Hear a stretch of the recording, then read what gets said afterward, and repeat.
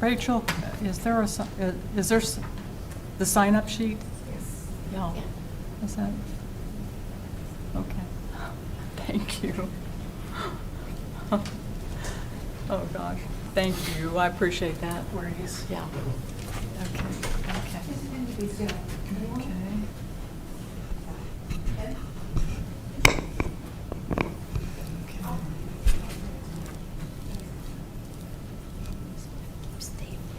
Are we ready?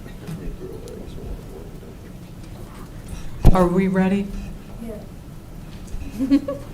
Yes. Mayor? Yes. Yes, we're ready. Okay, thank you.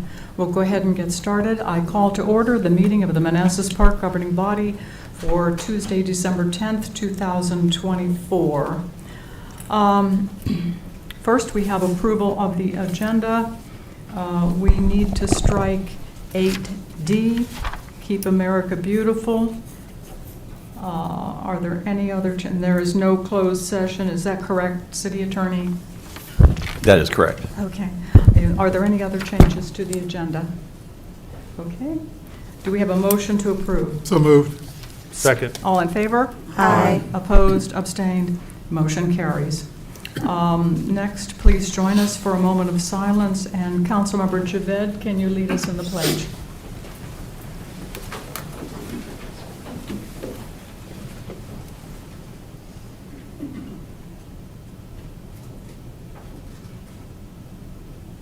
I pledge allegiance to the flag of the United States of America and to the republic for which it stands, one nation, under God, indivisible, with liberty and justice for all.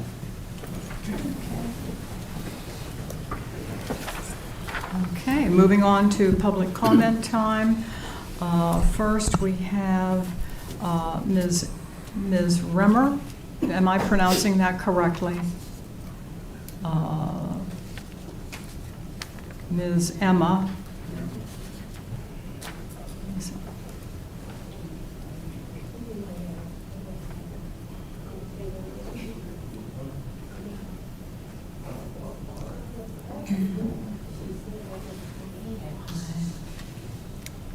Yes, ma'am.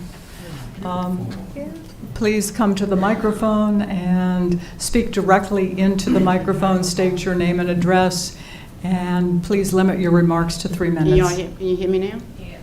Good evening, everyone. My name is Emma from Power Place, Manassas.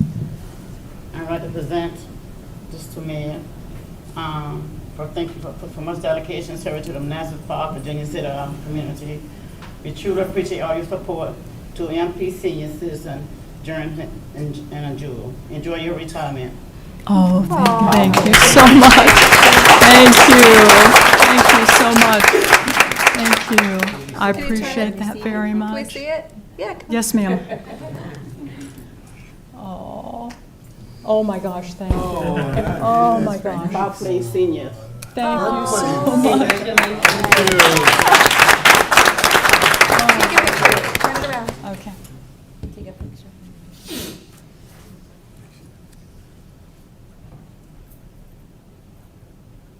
Thank you, Tony.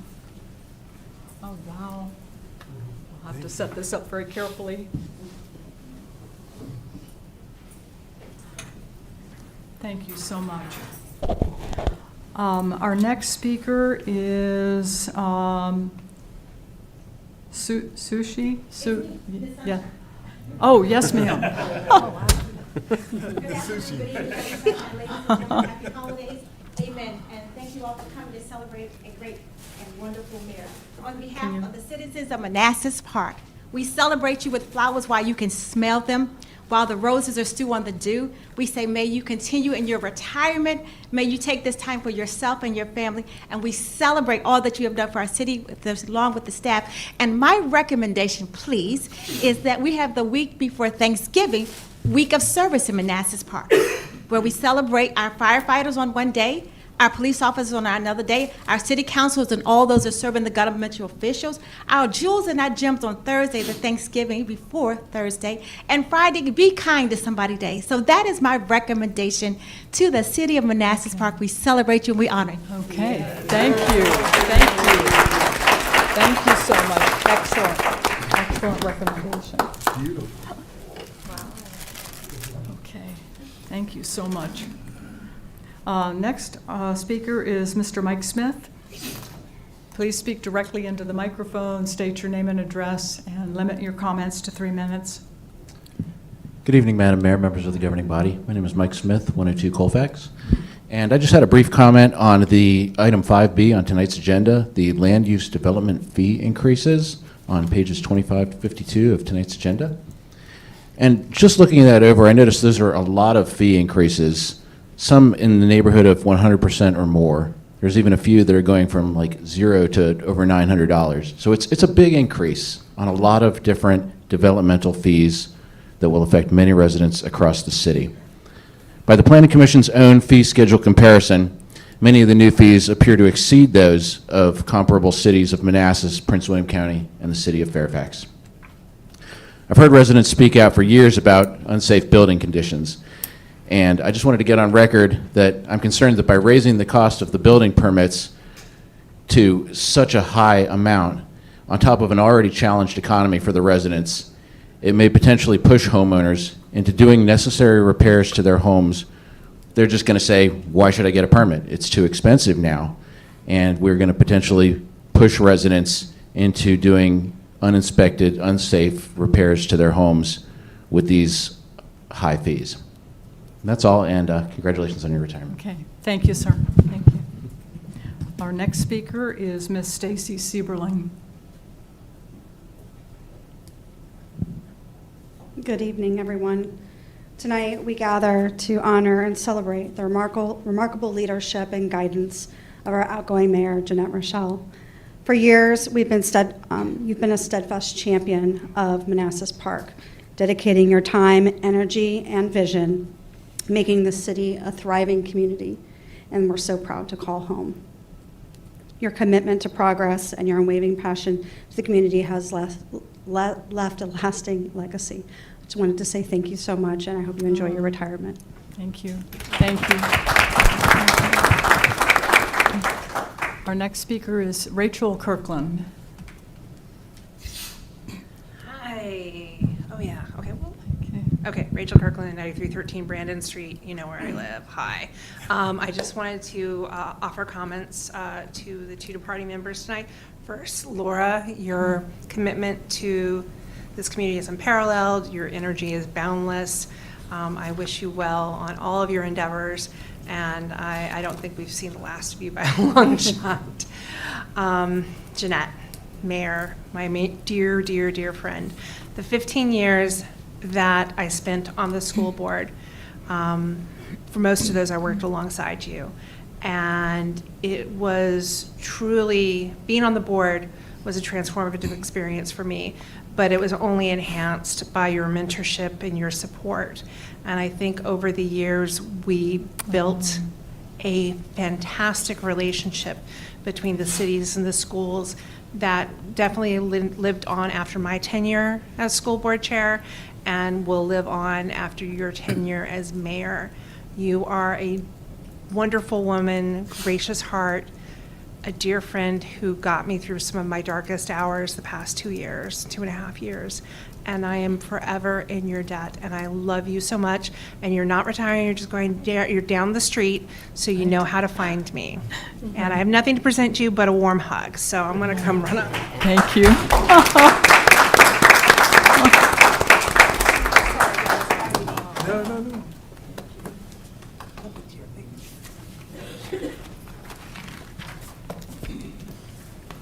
Okay.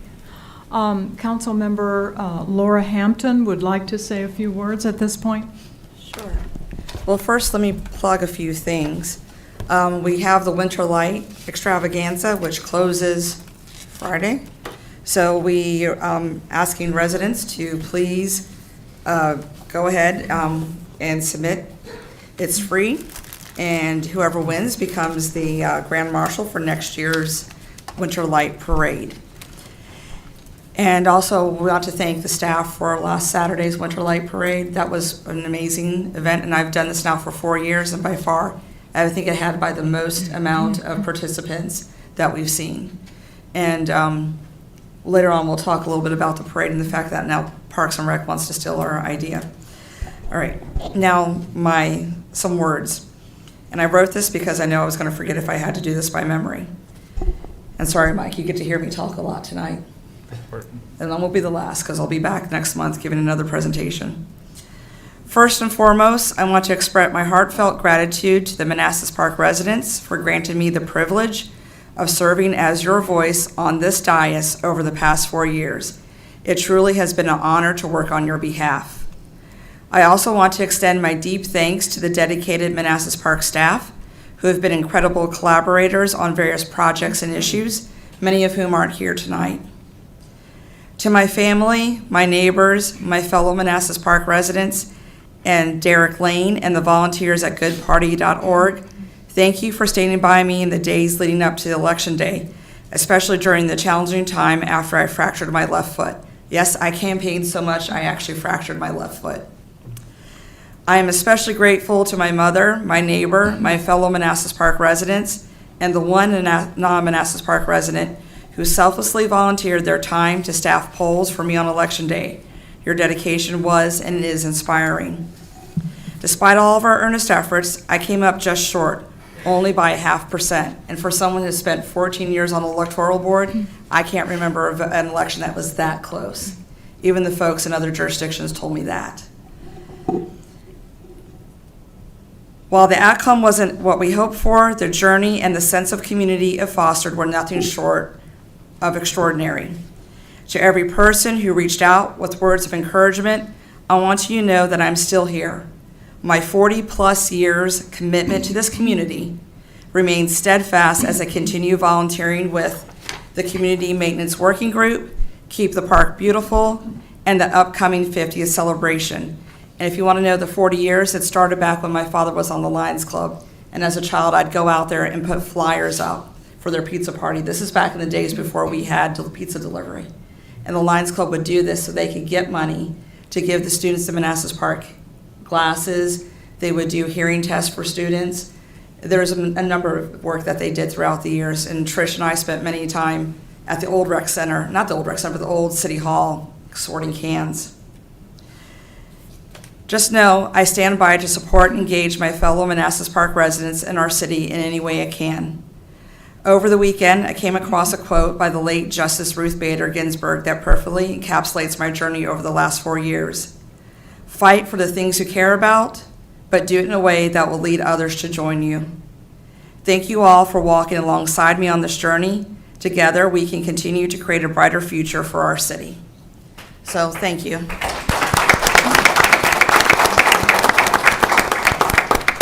Thank you, Councilmember Hampton, and thank you for your service. Thank you. I would also like to say a few words.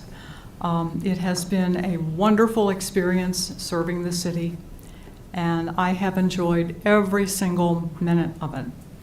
I will miss it, but I am a supporter of term limits, and you have to apply your beliefs to your own personal life. 4 years on council and 8 years as mayor is 12 years. And I believe that that is enough for one person to have an influence on the public policy of a jurisdiction.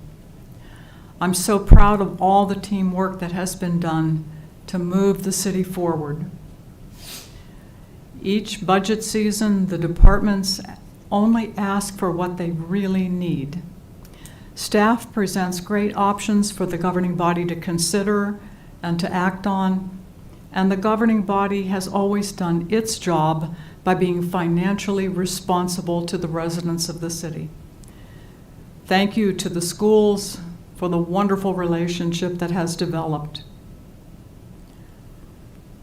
We really appreciate that. I am so proud because the teamwork of everyone concerned, both city and schools, has reduced the general obligation debt by half. That is significant, and I'm thrilled about that. So thank you all very, very much. And also, many thanks to all of you for being so considerate and so accommodating regarding my hearing problems that just cropped up over the last 2 or 3 years. So thank you very much. Are there Any other comments from the governing body? Yeah. Okay. Do you want to start with Michael? You want to start with me? Well, Ms. Mayor, it's been a true honor. I applaud your service, your commitment to the residents here. It's been amazing to be able to serve here with you. And I want to tell you one thing that always stuck out for me, and you may not remember, there was a long time ago in 2015, we were going to go to an economic development dinner. I think it was through the Chamber of Commerce, and I was so sick. I had a high fever, and anybody that knows me, if I'm sick, I'll come in here and get everybody sick. I can care.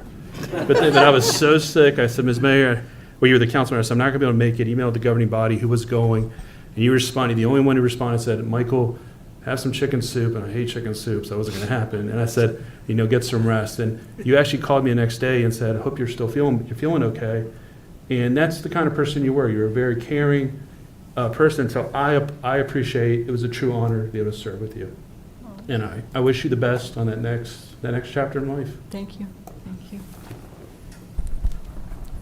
Yes, 4 years of being next to you literally has been a very great experience for me as well. It's amazing to have someone that cares so much for the city and looks out for the city, and it's been very responsible about having the city be very economically and financially stable. I appreciate the fact that you brought us out of the hole that we were in. I think that your leadership has created a great pathway for us to continue doing the great things you started. And thank you so much, and I hope that you enjoy your retirement, and I hope that you see and do all the things you want to do. Thank you. Thank you. Well, let's start off with Councilmember Hampton. Last 4 years, it's been a pleasure serving, and I hope you continue to do the work that you've been doing. The cleanup sessions that you have with the community is very important, and you can actually see a big difference that's been happening. So thank you for your service. Madam Mayor, I want to express my gratitude for your dedication to the city for the last 12 years. I mean, under your guidance, the city has seen improved infrastructure, services, economic development, and it's all because of your vision. And you stayed true to your values, and you stayed true to yourself, which showed in every vote. So I appreciate that. And every time we butt heads and over topics, you never took it personal, and it's been a pleasure. Good luck with everything in the future. Thank you. First, I want to start with Councilmember Hampton. It's been a joy and pleasure to work with you these last 4 years. I really appreciate the fact that you bring your work experience and your history here in the city to bear on this dais with information that I was not familiar with, and stretched my thinking in positive ways. And so I greatly appreciate that, and I appreciate your service and your dedication to our city. Mayor Rochelle, I have been an elected official for over 20 years, and I've served with many mayors. But I could truly say I have not served with anyone so dedicated to the city that they serve than you. It's just been amazing. Your openness, you're willing to talk to anyone, your fairness, your sense of fairness, and just the way you operate has been a real pleasure. I feel very fortunate to have this opportunity to serve with you, and just the best of luck in all your retirement. And I know you won't be a stranger. I know for every citizen, as you look at the City Hall, this great monument, it's a monument to you and the dedication that you've done. And we're very appreciative of all that you've done for our city. So thank you very much. Thank you. Councilmember Hampton, I want to thank you for your service to the community. It's been a pleasure to serve with you for the past 4 years, and you'll be missed. So Jeanette told me not to be sentimental, but I do need to say, without your support, she did, she told me. You believed in me back when I met with you a million years ago at Dunkin' Donuts saying, hey, I'm thinking about running for council, talk me down. And she didn't. She believed in me, and she's supported me ever since. Even when we have disagreed on things, it's always been professional and with the most love and support. And I would not be here without you, and I appreciate that. And on behalf of the city, we would like to present you with the key to the city, given with sincere appreciation to Jeanette Rochelle. Wow, that's beautiful. My gosh. Also, don't change your phone number. I'm going to be calling you a lot. Thank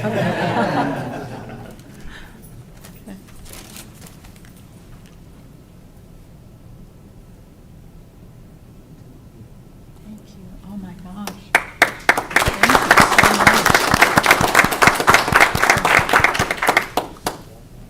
I'm running out of space. Yeah.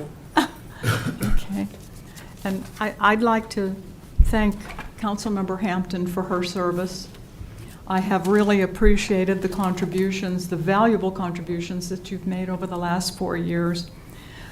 Now, Councilmember Hampton and I go back a ways because I was on the electoral board for a brief period of time, and Laura, her mentorship made a lot to me. It meant a lot to me because I did not know up from down on the board, and she was invaluable.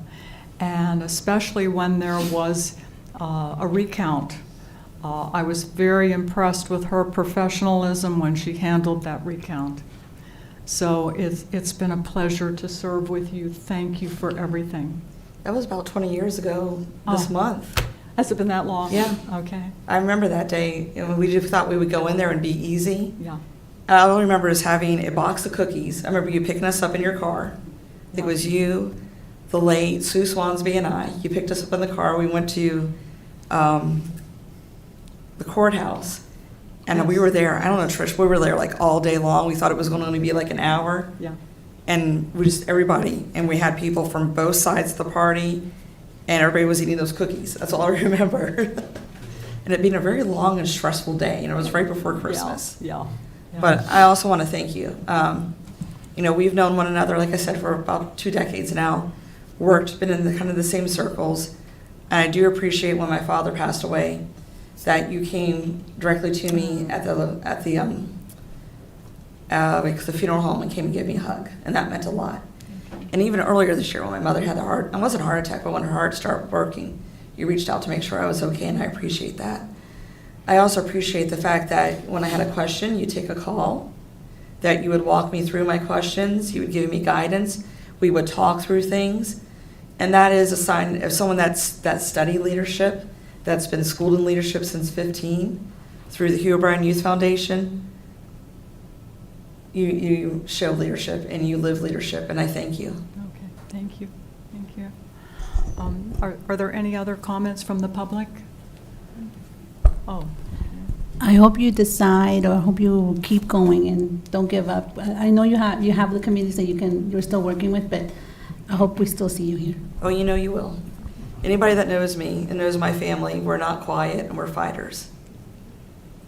So, thank you. Okay, we will move on to public hearing. We have 2 public hearings this evening. Our first public hearing is regarding the FY25 Budget Amendment Number 1 and ARPA Budget Amendment Number 5. I declare the public hearing open.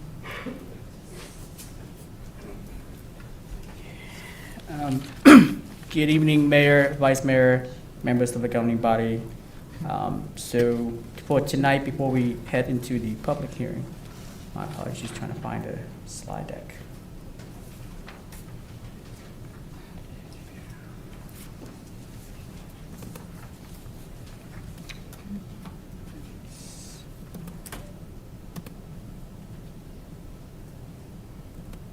Can't reach, you know what? There we go.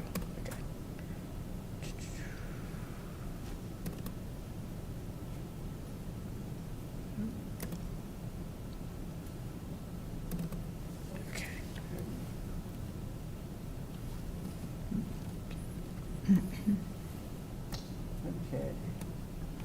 So I'm not going to go over the entire presentation. For those that would like to watch it, it was presented as you can see there, on November 13. But what I wanted to do was to provide a couple of quick refresher before you open the public hearing.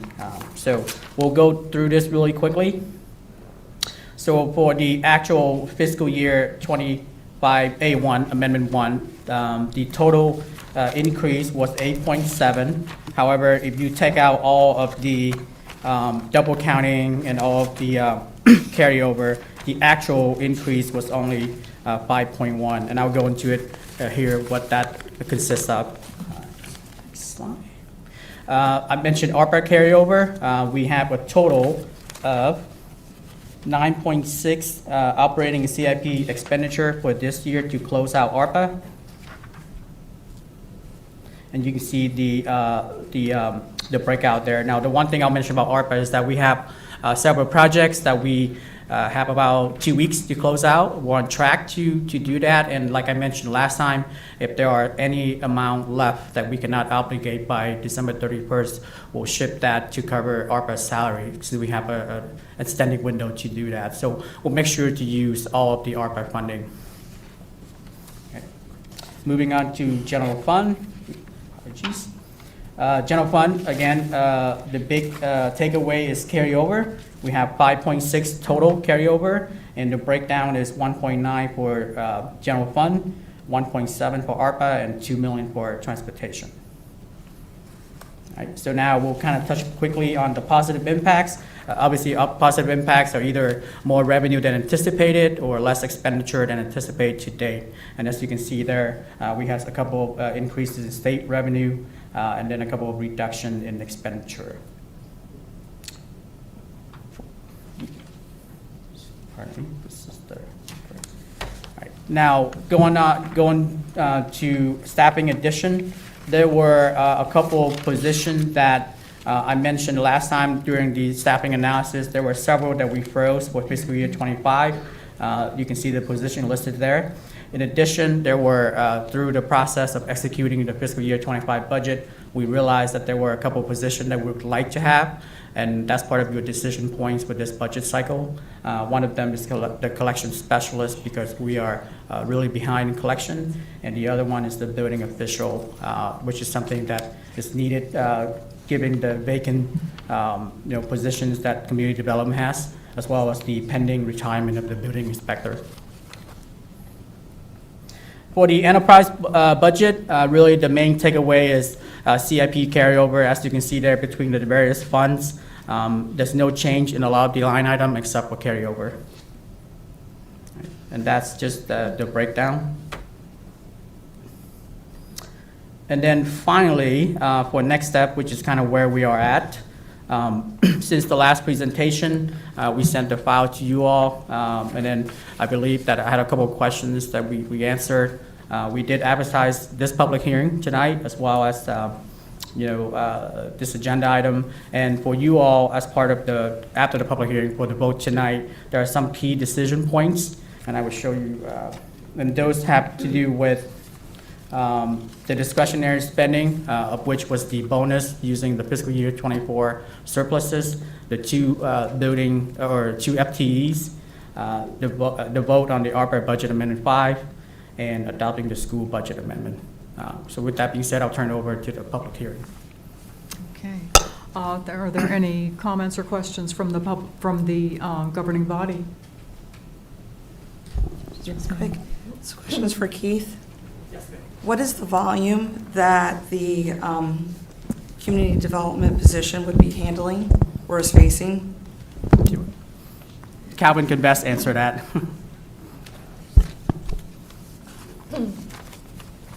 So when you refer to volume, just the amount of work? Mm-hmm. Well, we currently are still working a significant portion of the 300 2/2 units that Stanley Martin's putting in. We have not seen any decline in the standard residential permits whatsoever, but we're also dealing with the tenant build-outs associated with the occupation of Park 170, and we have plenty of additional work in the pipeline that we're looking at. No indicator from our end. We have not seen any slowing in permits whatsoever. No indication on our end that it's going to slow down, and we're struggling right now mostly with plan review, commercial plan review. We have an average of 5 to 6 commercial plans in the queue, and sometimes up to 10 to 20 in the residential queue, and we have no plan reviewer per se. That's all performed by our building inspector or myself performing the commercial plan review. At this point, it's, without some assistance, we're going to continue to disappoint people with plan review times. We're going to have to continue to juggle our obligations elsewhere to meet the building inspection demand. The building official is a position that I've recommended for a long time because it's right now me serving as the building official on a very part-time basis. And a building official for the city would allow full-time attention to the matter. A building official can do the commercial plan review from the office, but also be present to be support staff at the permit counter. Many times throughout the day, neither the building inspector who's out doing inspections nor myself who's obligated to meetings is at the counter and available to talk residents through, so you're depending on permit technicians to try to answer complicated questions. That simply just creates a backlog. It's much easier. I can tell you from the days when we had 8, 9 people in the office, it's so much easier when somebody that knows the building code is there to answer those questions immediately for people. We have no walkthrough permitting process. We just don't have the staff to do it. I can't glue an inspector to the office all day to have a walkthrough process. I would have to defer my schedule one day of the week to sit there and administer a walkthrough process. If you had an on-site building official, you could have that walkthrough process that people are used to at other jurisdictions at least one day a week. It's just, I've been recommending this position for a long time. I think it's right for the city. We're trying to operate an entire building inspections department with essentially like 1.2 FTEs minus the permit technician. Okay, thank you. Any other questions or comments? Yes, go ahead. So Keith, I guess all the ARPA funding has been obligated to this point. No, we still, so for ARPA, there's a couple of different things, right? There's certain things that we have to obligate by December 31st, and there's certain items that we can extend beyond that, salary being one of them. And so for the capital items, piece of it where we have to obligate to December 31st, there's a couple items that are still pending. Top of mind is the Tyler ERP, the HR finance module. We're working through the legal review. I think it's pending their signature, so very close to obligating. ARPA tenant improvement program for the restaurants across the street. Right now we have one restaurant that we have to divert funds because they're not going to make it to 4 different restaurants. Those are the 4 new leases that I sent to you guys recently. Now we got to make sure they go through and obligate it. So it's going to be crunch time really next week and the week after that. And then we have a couple of savings that will redirect to the salary line to extend the life span of the ARPA fund. So we still have a couple of loose ends that we need to tie up, but right now I think we're probably at 95%. What's the extension date? Do you know? Extension. For if it's not obligated, then what happens? I think we have to obligate it. Like there's no extension date. Like we can shift it to the items that have longer than 12/31, and that's our plan. Okay. And then regarding I guess the one thing on the EMS medication that the fire has to do, I thought we would need to have an additional staff at the admin side of it to regulate or keep track of it? No, so I talked with Chief Sober on that, and right now the current staff that they have is sufficient with the new model. Now, I think the biggest takeaway outside of renovating the building to get them to code and to adopt the new business model, that really is still kind of in flux, to be honest, because the other jurisdiction is still kind of figuring out how they're going to do this moving forward. Because there's a lot of, certainly we can't have a different price point in Manassas in the Prince William County for reimbursement, right? Because when we buy these drugs or medications, we have to find a way to recuperate, and that has to do with the fee structure, and we can't have a different. So there's a lot of things that we still have to work through as a staff, but in terms of the actual personnel, we have sufficient staffing to do this. We took care of the renovation, the build out. Right now, we're in the process of buying the needed medication to last us through the year. And then at some point, either during the fiscal year 26 budget cycle, or maybe even the Amendment 2, we will have an Amendment 2. We will have to figure out the revenue line and see right now if our projection is on point or not. Because before, our revenue line is predicated on the hospital giving out the drugs, but now we have to front load the expenditure to buy the drugs for the year. And so we have to kind of retool our calculation a little bit. Thank you. Okay. Yes, sir. City Manager, I just have some clarification on the $1,000 bonus. We're still going forward. And it says per employee, but there's a difference between the part-time and the full-time? So it will be the 500 for part-time and the 1,000 for the full-time? Yeah, so there's several layers, and I'll kind of explain one by one. So tonight I'm asking for your vote to approve it.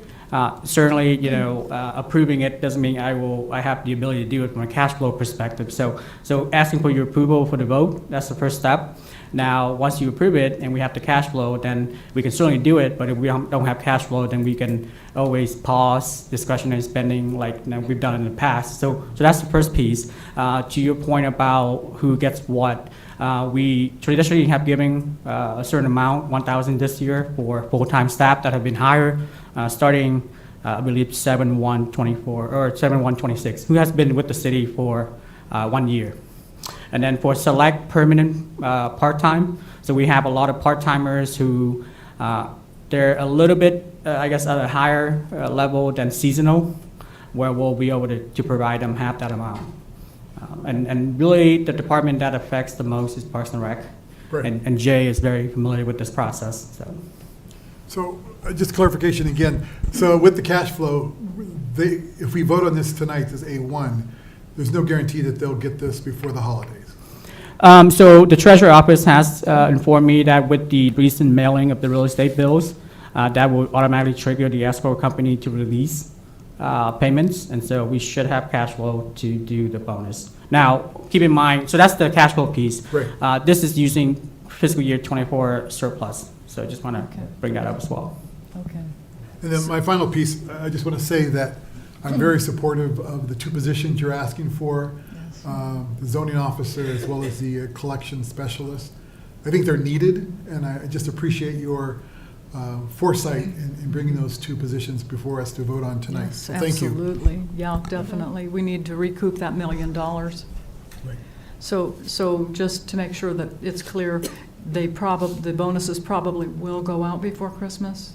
I will confirm with Patty first Okay. thing, once you guys vote yes. I need to vote first before I can, Okay, sure. But yes, we Well, will hope- try. We sure hope that they can. Absolutely. Yeah, okay. Any other comments or questions? Okay, is there any member of the public who would like to make a comment on the public hearing? Seeing no one and hearing no one, do we have a motion to close? Second. All in favor? Aye. Opposed, abstained, motion carries. Thank you. Okay, the next public hearing is regarding increased fee amounts for all work regulated by the Virginia Universal Statewide Building Code and items listed in the Land Use and Development Fee Schedule. I declare the public hearing open. Thank you. Good evening, everybody. I'm Michelle Berry. I'm the Planning Welcome. and Zoning Administrator for the city. What we have before you is a fee increase for what you mentioned, the fees that we do for any kind of building permits, plan review and inspections, as well as my bailiwick, which is land use, any kind of zoning permit or legislative land use application that is submitted to us. The last time that we increased fees was in 2018, so it has been a while. And before I get started or get into this, I did want to thank two people for their hard work on this, collecting all this data and comparing it to different jurisdictions and doing this analysis does require a lot of work. And we had the ability to have an intern this summer, Kyle Petak, and we thank him for his efforts. He was very diligent with doing a lot of the data gathering and calculations. And also our administrative assistant in development services, Iracema Avendato, she's did a lot of the building permit comparison and work with what was presented in the packet. So when we looked at this, what we did for the building permit fees was looked at really what kind of the cost increases were. So we looked at really the cost of living index and the CPI, consumer price index, excuse me, and we calculated it, so now everything's pretty easy to look up. And when we looked at the effective date of the last time we had the building permit fees, it was a 25% increase since July 1st of 2018. So accordingly, our proposed fees for the building permit fee schedule is an additional 25% to the existing fees. Attachment 1 does show that increase the existing fees, and then also just next to it are the proposed fees, so you can do a comparison there. We did do some minor changes to the schedule itself. We did change the roofing to square footage as opposed to the cost of the project. I thought that was a little more equitable. And the amusement fees remain the same. That is dictated by the Virginia Administrative Code, so there really isn't any change to that because I think we are reflecting the current fees. And we did change revision fees. We were charging 2 separate fees for pending plans when people come in and make revisions before they're approved, and then some people come in and change stuff after it's been approved. We wanted to streamline that and make it a per page fee. So that makes it a little more equitable and fair, so you're switching out different pages. Now with the land use and development fee schedule, we did that a little differently with the exception of the site inspection fees. We did take the site inspection fees. It was a little hard to do any kind of comparison with different jurisdictions along with our site inspector time. So we used the consumer price index for the site inspection fees and did increase them 25% as we're proposing in the packet. For the other land use and development fees, that is pretty staff intensive, what we did is we looked at the full burden rate of the employees who are involved in the process of reviewing the application. So when I mean full burden, I mean their insurance costs as well as retirement and taxes and any type of benefit. So we used those hourly rates and did an average about the amount of time that each person works on the application. That fee also does it. We do have a consultant who reviews our site plans for engineering. And he is very good. We're really happy to have him. He does provide a lot of comments to us, and his fee is included in that factor, and it's about $300 an hour. So when you and in addition, since 2018, we've had 4 new staff members, 3 of which are involved in the plan review and land use review process. So that is even more additional staff costs to these applications. And so I think our proposed fees are reflective of what the costs are staff-wise to the city. We're not allowed to make a profit, but we are allowed to recoup the costs that the plan, the review time and staff time it does require. Just real briefly, for the land use and development fee, we did add a few new fees for approved plans. We were getting revisions in for those approved site plans and well, we haven't gotten, but public improvement plans. Sometimes those revisions were 3 or 4 different reviews, and so because of that, I added another fee to do a 3rd and subsequent submission. The first submission actually includes 2 reviews, and then we charge per third and subsequent submission. So we are trying to recoup those costs. We did eliminate a few fees that weren't needed, which was the architectural study along with preliminary site plans. We don't really even have that in our zoning ordinance. I believe I covered everything. I did want to just go over some of the comparisons. I think it's really important to understand what the neighboring jurisdictions are doing so we can get a feel for what our charges are like. And I just wanted to take the time to do just a few.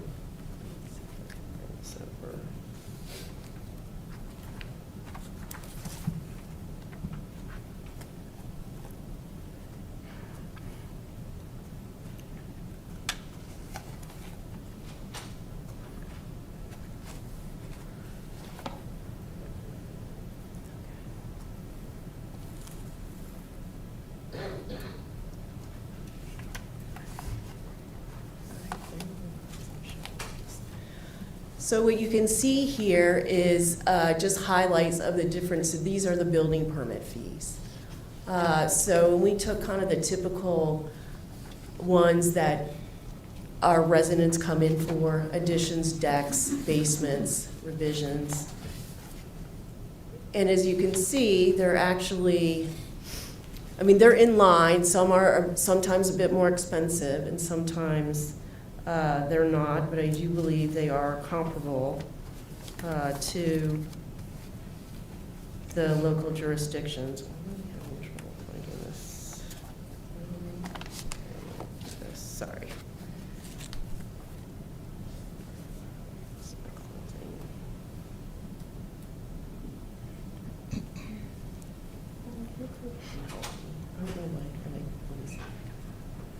It's not showing up on the screen.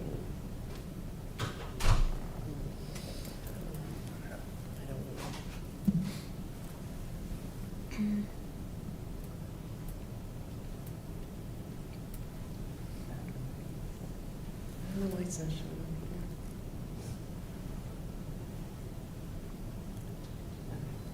here. Oh, thank you. Thank you. We do get a lot of decks. You can see that for the other, we did Manassas City, Prince William, and the city of Fairfax. For the decks, Fairfax City is a bit lower, but we are in line with Manassas as well as Prince William County. And you can see our fees are kind of consistent across the board, where theirs do at least vary a bit, specifically in Manassas City. And basements, you can see, are in line and kind of in the middle. There, again, Fairfax City is a little less. And I know sometimes jurisdictions do try to make the residential fees a little lower to assist the residents in not having a huge cost burden. We were just looking at cost recovery, so that's certainly something you can discuss. As staff, I think we recommend that we try to recoup as much cost as we can that are charged for staff time. Certificate of occupancy.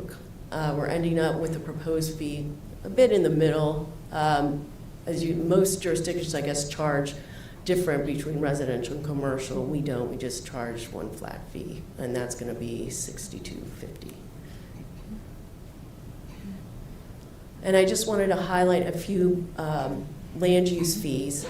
Our home occupation, we do have a lot of people who have their own businesses and come in. And our proposed fee is $65. It's a bit in the middle. I mean, the city of Manassas does charge $25, and the city of Fairfax charges $35. And Prince William charges almost $70. So it's $50 now, and the $65 would be the increase. And I wanted to highlight the rezoning, the mixed-use rezonings.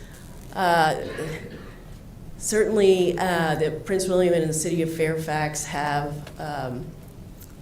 fees of almost $20,000 $17,000 to $20,000 plus the acreage fee.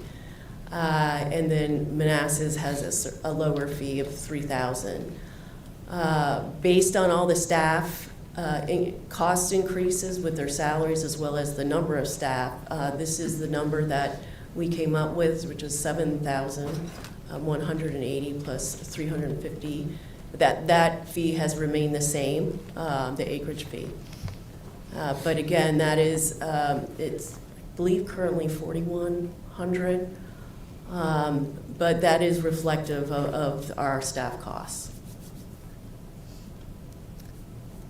Sign permits, we are proposing $175.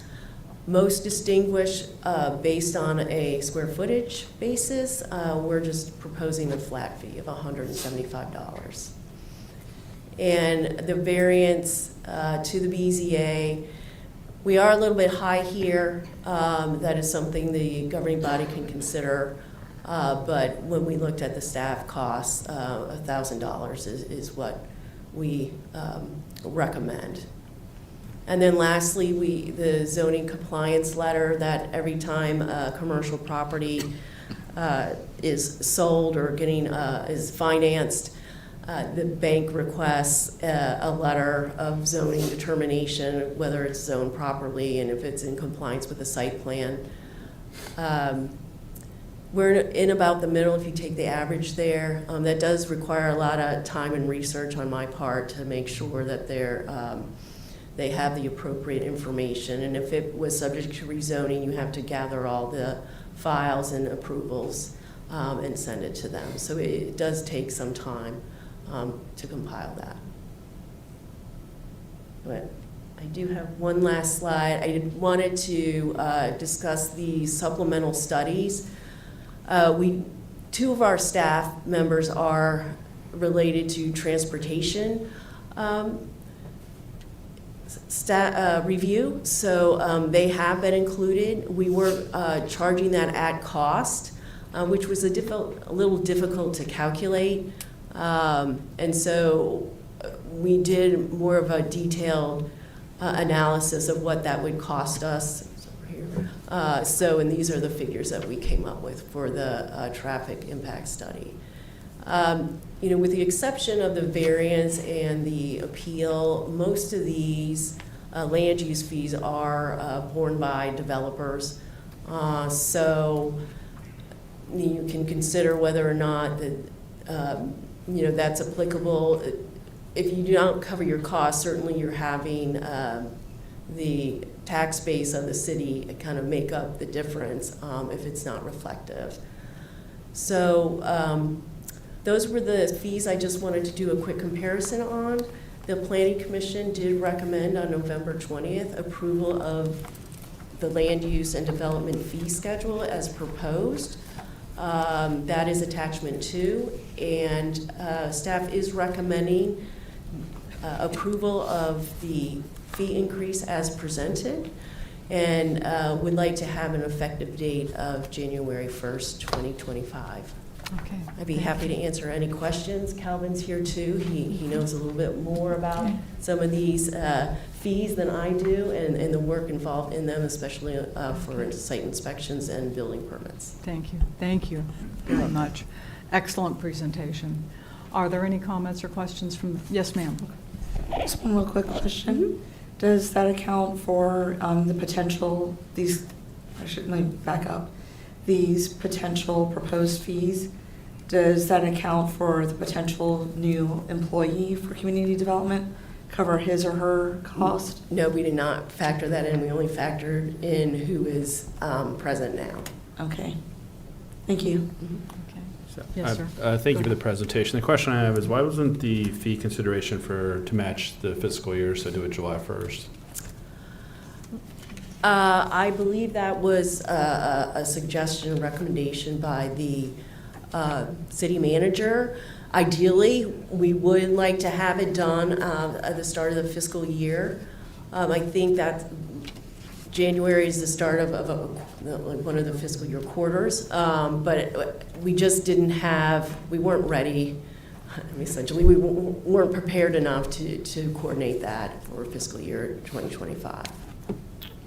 I just feel a little bit of pushback. The reason why is we're doing this now, we're doing it effective like in 2 weeks. I'd rather give the residents a little more time and, and it'd be fair for them to be aware of this, because it's not something usually residents or even builders look at immediately. It usually takes some time. Sure. So, thank you.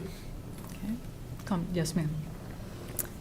At the Planning Commission, I had asked you, and I think it would be important for everyone to hear that now, when the last time some of these neighboring jurisdictions that we're comparing ourselves had raised their rates? Right, so the city of Manassas, I did double check this before this evening, was in 22 with the effective year of fiscal year 23. And then both Prince William County and the City of Fairfax, they adopted their fees effective fiscal year 2025. So it would be July 1st of 24. Okay, so these are all kind of comparable to today. Thank you. Okay. Comments or questions? Well, I just appreciate, Vicki, the presentation and the fact that our Planning Commission reviewed these fees and adopted them, and asking the council to adjust them, to adopt them as well. When you look at the fees that actually affect residents, having a deck put on or a basement improvement or an addition to your house, it's well within the regional costs in Manassas and Prince William, and we're below that. And so I think this is very doable. We have to recoup our costs, and so I just appreciate your presentation here tonight. Thank you. Question? Yeah. Thank you for the presentation. What does where do these fees go to? If not, like you mentioned, for profit, right? So these fees go back to the general fund, I guess, I'm assuming? Yes, general fund. And like if a developer comes in, does an apartment complex, is these times the number of units, right? Yeah, for the building permit fees, yes. Right. Yes, we do. That's where we do see a large amount of our fees. We did get a lot of building permit fees and all the trade fees from Village at Manassas Park. We're still receiving some, but yes, that does. Well, even like inspections, if there's like a 10-unit apartment complex, do you charge for inspection for each unit? Or is it just one inspection cost? I'm not sure what you mean by inspection, because we like do, electrical inspection or plumbing? Well, every permit includes an inspection. I see, okay. So it depends on what they're doing and how we charge it. So if it's new construction, it's different than somebody who's doing a renovation in their house, and we charge different fees accordingly. Okay. Did you have anything to add, Cal? Yeah, we do not charge a per inspection fee for building inspections. Okay. It's based on the type of improvement you're doing and the estimated number of inspections that are going to be required to final that out. So say I'm building a brand new house, I'm going to have a footing inspection, potentially a basement backfill inspection. I'm going to have a sheathing and a weather vapor barrier inspection. I'm going to have a rough-in inspection. I'm going to have a close-in and a final. I'm going to have an inspector out there 6 to 7 times to final out that house. So in that, we have to try to predict what that's, based on the size of the structure, per square footage rate that's going to cover the city's burdened rate to pay that employee throughout that project, and travel time, vehicles, and everything else in there. 36105, the state code, essentially says that we charge these fees, or are allowed to charge these fees to defray our costs.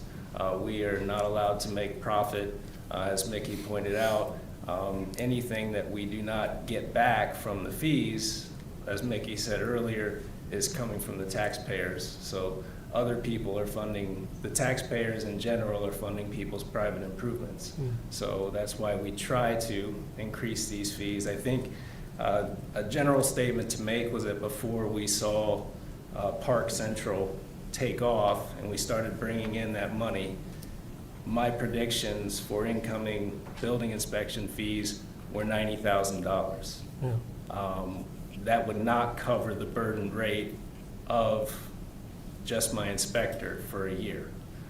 So yes, we have had some extra money coming in because of the increased development activity, but at the old rates, we weren't even covering our costs. So I don't think we're at any risk here of making any profit for sure, but the goal here is to stop the taxpayers from having to fund other people's private improvements. Do you have a follow-up? Right, I do. Yeah, okay.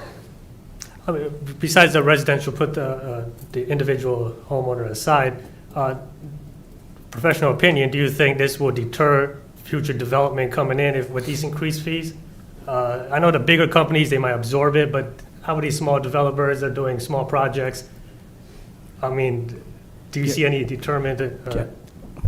Well, I mean, I've had developers tell me, and I've heard developers say, we really do not care how much these fees cost. We will pay them. What we do want is quick plan review, because it's time that we're that's the biggest risk for them. So if aren't enough employees to review the plans, or that you have to hire more to do that, they'd rather just pay the fees, because they want to get that work done quickly and get the building permits and approvals as quickly as they can. And on top of that, right, a business is not going to look at the fee schedule as the basis for choosing a location. They first decide where they want to go, whether or not that land is zoned appropriately available, et cetera, whether or not they can negotiate a good price or sell price before they, the admin fee is really just the cost of doing business. And to Mickey's point, speed is key, not really the amount. Right, I mean, every time I see, like my business mind, right, every time I see a price increase, right, what happens is that it passes down to the consumers. And we're over here trying to have affordable housing, right? And increasing land development fees for developers, what they're gonna do is now increase house prices to recoup their fees, right? So it's kind of like trickles down effect type of thing. It might be a very nominal increase, we might have see it, but it adds up when you're doing these big developments. And then what happens is that then the rent goes up, the prices go up. Right, so it kind of contradicts of what our vision is going on with this, with our future development here with affordable housing. With that said, I don't agree with the residential side that I'm not in favor for increasing any of those fees. For the commercial side, I can lean towards it, but for the residential side, I like the fees to remain the same. And I agree with Councilman Carrera on starting this January 1st is kind of literally a week away. Might be a little too soon for that as well. So those are kind of my comments and proposal moving forward on this. Any other comments and questions? I do, but Gerald had his hand up. Oh, yes, sorry. Mickey, do we charge an expediting fee? I know some communities do that. If developers want something moved, pushed quickly, it's an additional fee on top of the regular fees that covers maybe a consultant to come in or a part-time person to expedite their permits? So if you're talking about developer activity, the way we try to expedite it is by having the third-party engineering review. So by turning it over to someone with staff to do the actual the engineering review of the site plan, that means it doesn't have to sit on the desk of city staff while, in a waiting list. Essentially, we're paying a third-party consultant to, put that at the top of their priority list and get that done. With development review, it's such a long process that I wouldn't say, I don't know how we could expedite it more, because a lot of this stuff can't be reviewed third party. The way the Code of Virginia is laid out, the way Chapter 31, our zoning code is laid out, there are obligations for Mickey and her staff to actually perform these reviews, check all these boxes. So I don't know if there's a possibility really to expedite it beyond sending it out to third-party consultants for engineering review. On the building side of things, we do offer what's called expedited plan review. Unfortunately, the engineers are kind of in the same boat that we are. They're very busy and covered up with work right now. Everybody's building everywhere. So we've gone from our consultants telling us that they could turn around plans in, 10 days to 2 weeks, till now they're saying 30 days. Well, we can pretty much accomplish that in-house. So we do have a program where people can go find their own engineer, and as long as that engineer's certifications meet the criteria spelled out, they can have that engineer perform a cursory review, and then we simply charge a flat fee for going over their comments and remarks and making sure that we agree that the plan, looks ready to approve. That is the quickest option for getting building plans out, is to find your own third-party engineer to do the review, and that way, if we're glued to consultants that we're under contract with, private people or not, they can contact as many engineers to find the one that doesn't have a lot of work on their plate, and they can get a review done in 10 days to 2 weeks, and they can get it through the system faster. But I don't know if we could offer an entire expedited process, because it would require us to backburner other people who are already in a waiting list. Thank you, appreciate it. Any other comments or questions? No other, no. Thank you. Yes, ma'am. So regarding the residential permits, I mean, it's been a while since my father had his business, but I remember there were peaks and valleys of the type of work where extensions and, decks were usually spring, summer, fallish. The winter time was more internal stuff.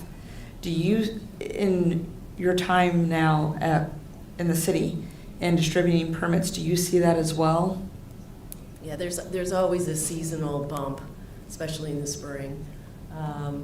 And that's, yes, because people their winter's over, they're ready to do their plans, and they kind of submit them early, so once it hits spring, they can build, and they're, and it is economic dependent. I mean, when the economy's not doing as well, we don't get as many permits in, but the last year or so, we've been pretty swamped. It's surprising how many people are coming in to do a lot of additions to their homes, the existing homes here, not just the new condos. And do you typically see those starting to hit maybe February, March-ish? That's what I was the only comment I would make about the timing of this is fiscal year alignment is great, but in terms of if there is a dead zone, a lull in activity, it's December and January in the building permitting world. We will get fewer permit applications in January than we got in December, and we probably got 50% fewer applications in December than we got in November. That's just people are spending their money elsewhere this time of year, and it's cold outside. It's not good working weather. So we'll see December and January lulls. Things will start to tick up as people get their tax returns in. Of course, the smaller improvements, tax returns will drive a lot of those improvements. But yeah, we do get the lull, we get the winter lull, and then we get the spring tick up starting in February till it probably maximizes around April and May with your permit activity, and then it continues on through the summer pretty steady. Okay, thank you. Do you have a follow-up? Yeah. Okay. We have had a member of the public do a YouTube comment. Mr. Tyler Regula. Mr. Regula is concerned that this will be a burden to the residents of Manassas Park and discourage people from pulling permits to do work. Thank you, Mr. Regula. Okay. Is there any member of the public who would like to make public comment on this particular public hearing? Okay. Yeah. So 9212 Williams Street, Stacy Cyberling. I know you're talking about the commercial. We're not worried about the permit fees increasing for the commercial businesses here, but we have to think about our small businesses as well. I frequent a lot of our small businesses, and I do hear feedback from them about the permit fees here in Manassas Park. So I know on here we have the proposed fee for Manassas Park, but what was it originally? So I didn't do that research on that. I apologize, but that would be something that I would like to see as another column. Thank you. Thank you. Any other comments or questions? Okay, seeing no one and hearing no one, Do we have a motion to close the public hearing? So moved. All in favor? Aye. Opposed, abstained, motion Thank you. carries. Thank you. Okay, our next public hearing, oh wait, no, we've had two, excuse me, I beg your pardon. Moving on to 8A, we have a certificate of appreciation for Ms. Patricia Brendel, the Registrar, and her staff for running a clean, efficient, and successful November 5th election. And we genuinely appreciate that. You know we can count on you. And Councilmember Moore will present the certificate. Yeah, just, we had an amazing election year, very smooth, with all the early election processes, and I know that's very tough on staff, having been a poll worker myself. That's one of my first jobs when I came here to Manassas Park. But just want to thank Patricia and her staff for just doing a stellar and excellent job with this year's election, the general election on November 5th. So thank you, and we'll present you with the certificate of appreciation.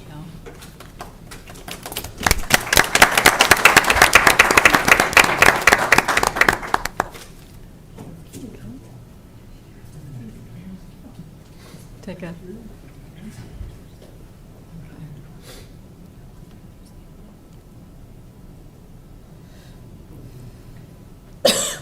Thank you.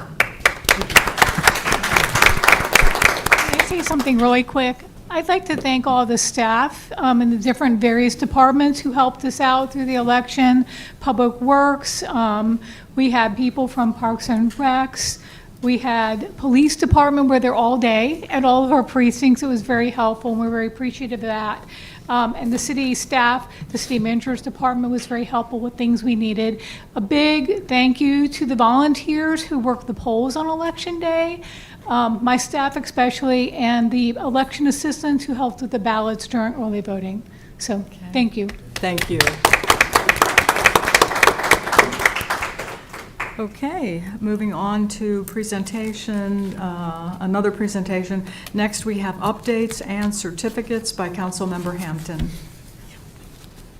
All right. Well, we'll go through the presentations and we'll give out the certificates, if my voice will behave.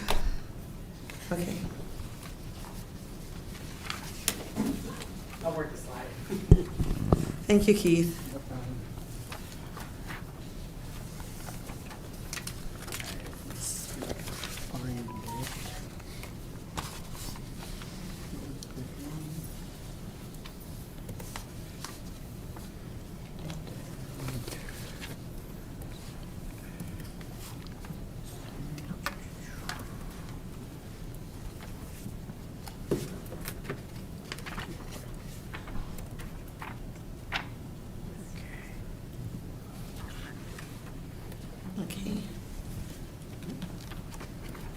Yeah, it's a PDF because it was too big to set as a PowerPoint. Yeah, that's good. And unfortunately, we were going to have someone from Keep America Beautiful here tonight, but unfortunately she is out sick, so we're going to postpone her announcement and her formal presentation to us until January or February. I'll follow with Yvette in the morning to figure out when we're going to reschedule, and then I'll come back for that. But at that point, I'll be a private citizen, and hopefully maybe with my doctorate in hand.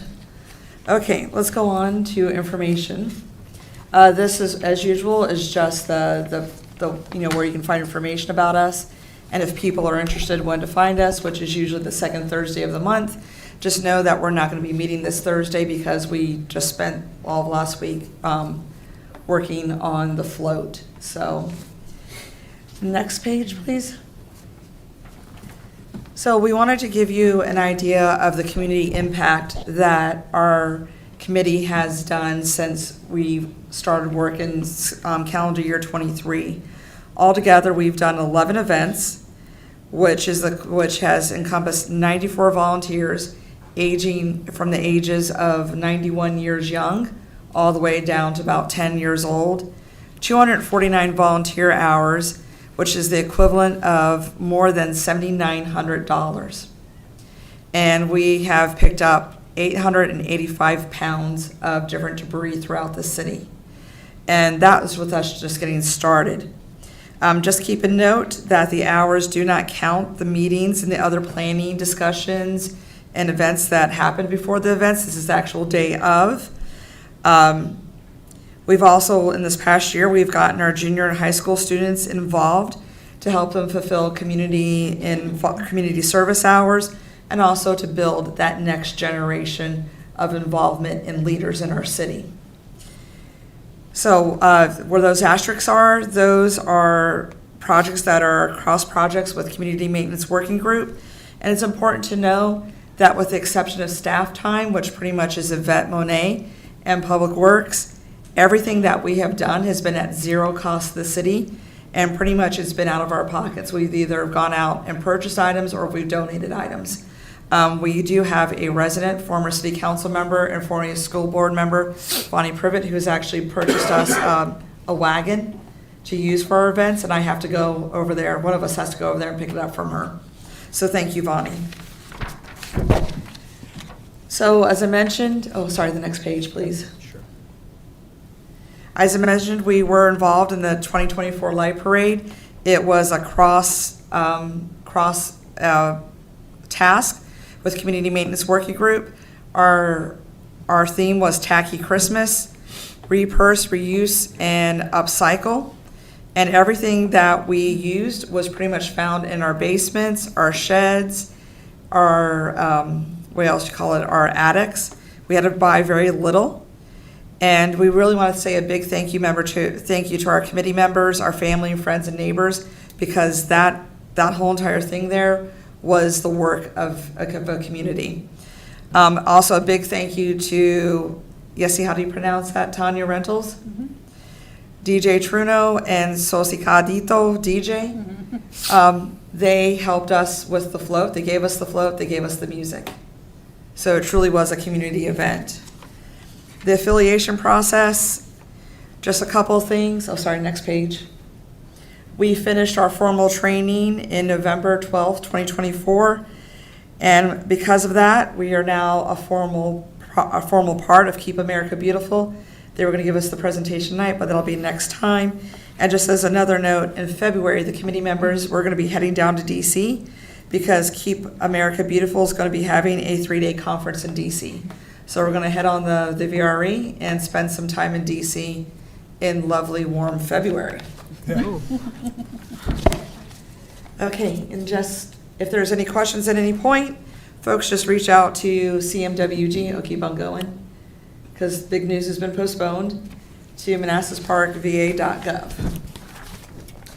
All right, and now we can, the background slides. There's background slides with pictures and information from past events, including coverage that we've gotten in the local newspapers. Okay. Keep going. Yeah, till the very end. Okay. That's it. Yep, that's it. Do you want to go over to Community Maintenance Working Group? Sure, I'll pull that up.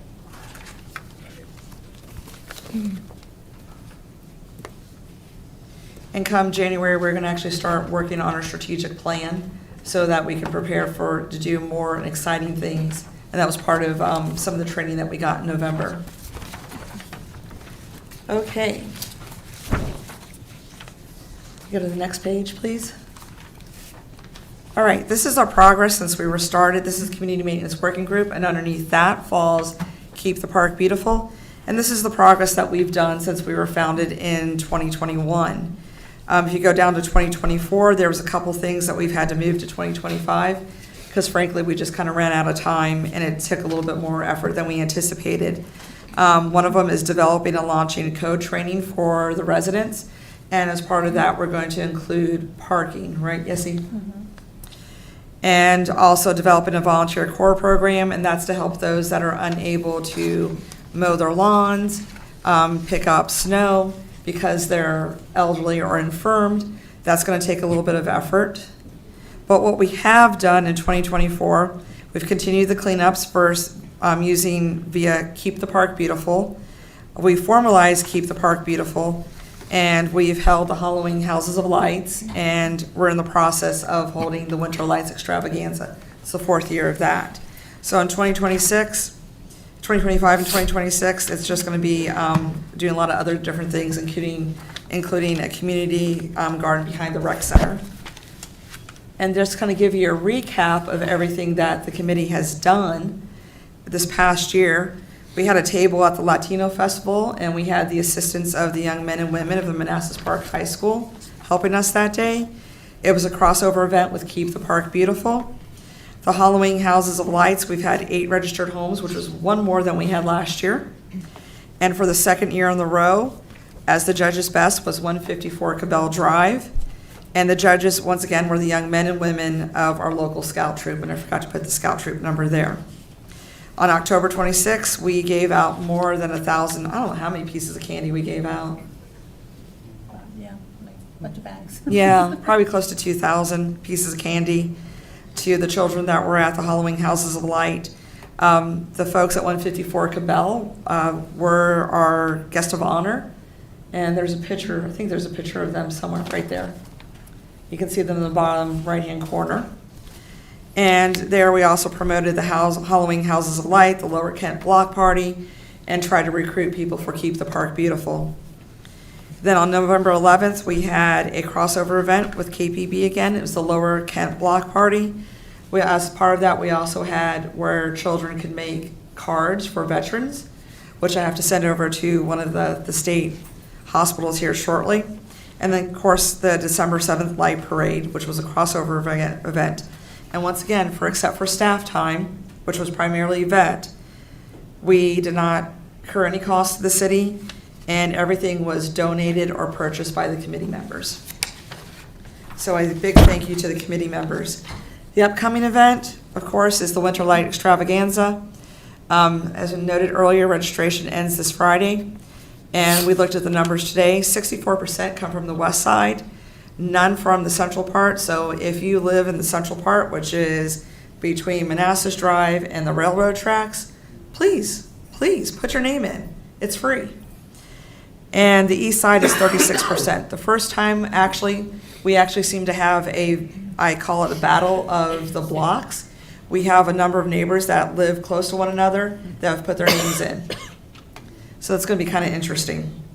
And we did change the categories thanks to some of the insight from some of the participants last year.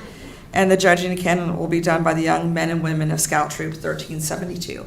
Once again, making sure we get that next group of residents involved in the city and offering them leadership skills. For our 25, our focus is going to look at murals. Of course, that takes a lot of effort. So we have to look at programs, locations, and the cost of ownership, because it's not a one and done. The community garden, and whatever comes out of our January 2025 planning, which clearly I spelled planning incorrectly. And on the very back page is just, once again, information about us. Okay, any questions about Community Maintenance Working Group and Keep the Park Beautiful? No? Okay. No. Yessie, do you want to join me so we can hand out the certificates? Sure. And I'm probably going to have you talk because my voice is starting to go again.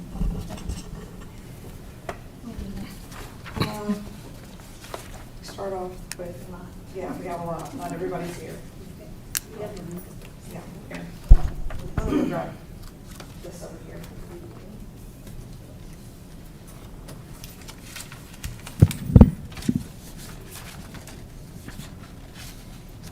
So the first certificate that we have is for Ms. Marinka. I'm going to try. Hold on. Gaddukowski? Close?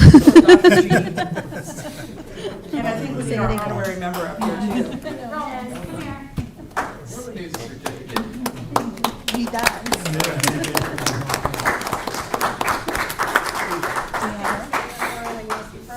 No, but let's mention the names. Oh, Kathy, okay. He's a teenager. I know. Not yet. Joanne Stevens, is she here? No. Okay. Oh, you want to mention what she won? Oh, 2024 Houses of Lights, Judges Best and Haunted Trail. I'll just take it to them, go down the street. Then we have Marina Kotovska, 2024 Halloween Houses of Lights participant. We have Pamela Hill for 2024 Halloween Houses of Lights, font size on the west side certificate. We have Brenda Foster, 2024 Houses of Lights participant. Aaron Hummeldorf,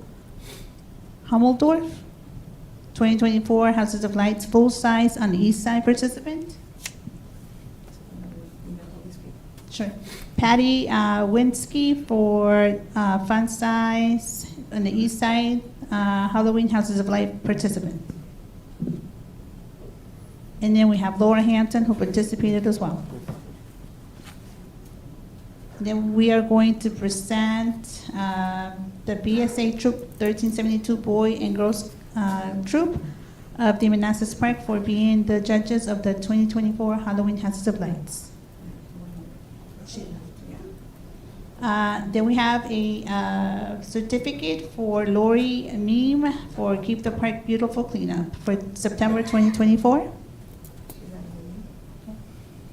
We have a certificate for Mike George for Keep the Park Beautiful Cleanup for 2024. Linda George, Keep the Park Beautiful Cleanup for 2024, September. Ernestine Keaton, Keep the Park Beautiful Cleanup, September 2024. So, sorry, really quick about Ernestine. She's 91 years old and an original owner of a home here at Manassas Park. So I think even though she's not here, I think we need to give her a round of applause and thank her for coming out. She was out there for all 2 hours with us.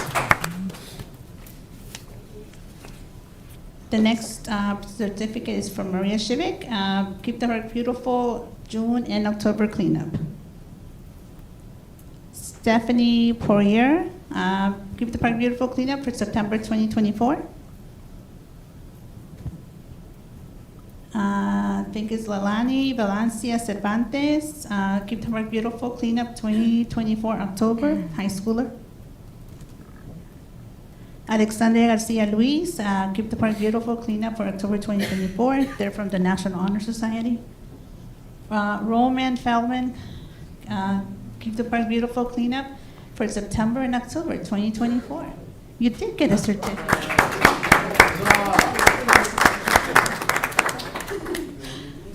We have another certificate for Marinska Dr. G, Keep the Park Beautiful cleanup September and October 2024.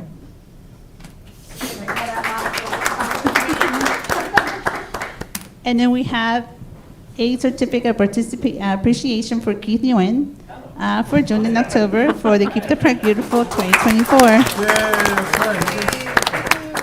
Hang on your wall. And we have a certificate for the Manassas Park Public Works, Keep the Park Beautiful, June, September, and October 2024. Thank you for picking up the trash.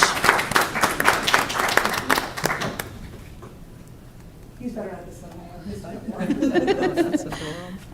We have one for Lilibeth Rivera, Keep the Park Beautiful Cleanup, October 2024, another Honor Society student.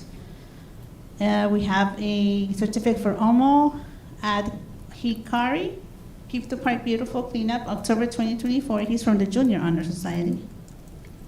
We have Emily Rosales for cleanup of October 2024. She's also, I think, high school. Yeah, she's high school. We have Vivian Perez for October 2024 for the Keep the Park Beautiful Cleanup, also Junior Honor Society. And then we have one for Manassas Park Fire Department for Keep the Park Beautiful Cleanup for June 2024, where we found the bike. And the creepy mask. And the creepy mask.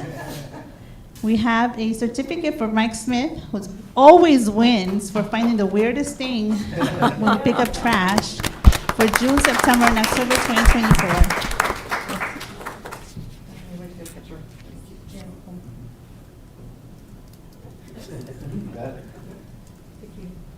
We have a certificate for Mike Rogers, who came out to help us clean up in October 2024.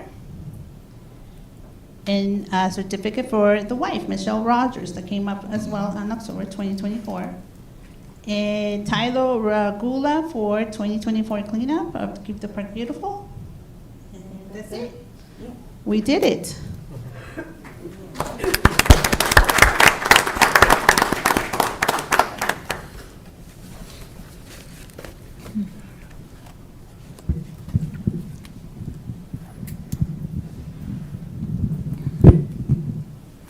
Well, thank you to everyone for participation. That's the spirit. And, I think we have the 50th anniversary left.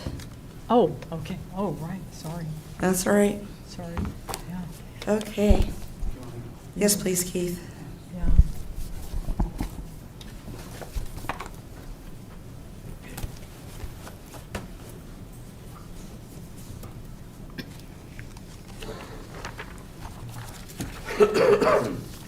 Okay, so we've made a lot of progress with the 50th Anniversary Committee, and that is, and I wish Rachel was here because she's an integral part of the committee.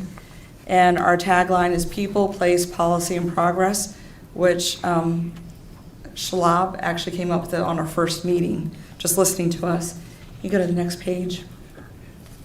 All right, just as a recap, this is from what happened in our first meetings, and for the most part, we've kind of stuck very close to it. And I wanted to talk a little bit about the planning process. Go to the next page, Keith.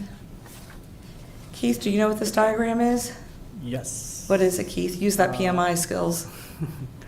I forgot what the name is, but it's like almost like a filter from start to finish, where like you start with a goal and you extrapolate all the tasks that are. Yeah, it's called the cone of uncertainty. Yes. Yeah. UCA. That's right. Well, I figure I just get revenge for all the times you sit there and you make us use my MBA and use all these other words. I'm like, oh my gosh, I remember that. I don't remember exactly what it is, but I remember it. So the concept with the cone of uncertainty is at the start, you're just dealing with a lot. You know what you want to do, but you're not exactly sure what all you're going to do. So you start with everything. And then as you go on, you start to whittle down. And then when you get to the final, get down to the very end, then you have it really honed in exactly what you're doing. And so you can see since the very beginning, when we started meeting back in February, we came up with a lot of ideas. We threw a lot of things on the wall. And over time, we've pared it down, and we're continuing to pare it down. And as we get closer to October 2025, along the way, the other benchmarks, we'll have things even more fine-tuned and more exact. Any questions about that? Okay. All right, and so here is the flyer that you probably have seen out and about, and a picture from one of our committee meetings that we met over there in that room over there. And unfortunately, it doesn't have all of our committee members because some of our committee members do join by phone. But we are a small but mighty team putting everything together. Also, as a side note, we are looking for Manassas Park residents who are willing to serve on the subcommittees because we do need some support. So if you're a Manassas Park resident and you're interested in a subcommittee, just reach out to Yessie and I or through the email over there, and we can talk a little bit further with you. Go on to the next. All right. So I'm really big on color coding. So the green means that's in progress. Yellow means it's planning. Gray means it's not started. And I've broke it down in the most simplistic way I possibly can by dates. So you can see that right now, all going has been the monthly updates, or pretty much near monthly updates since the beginning of the year.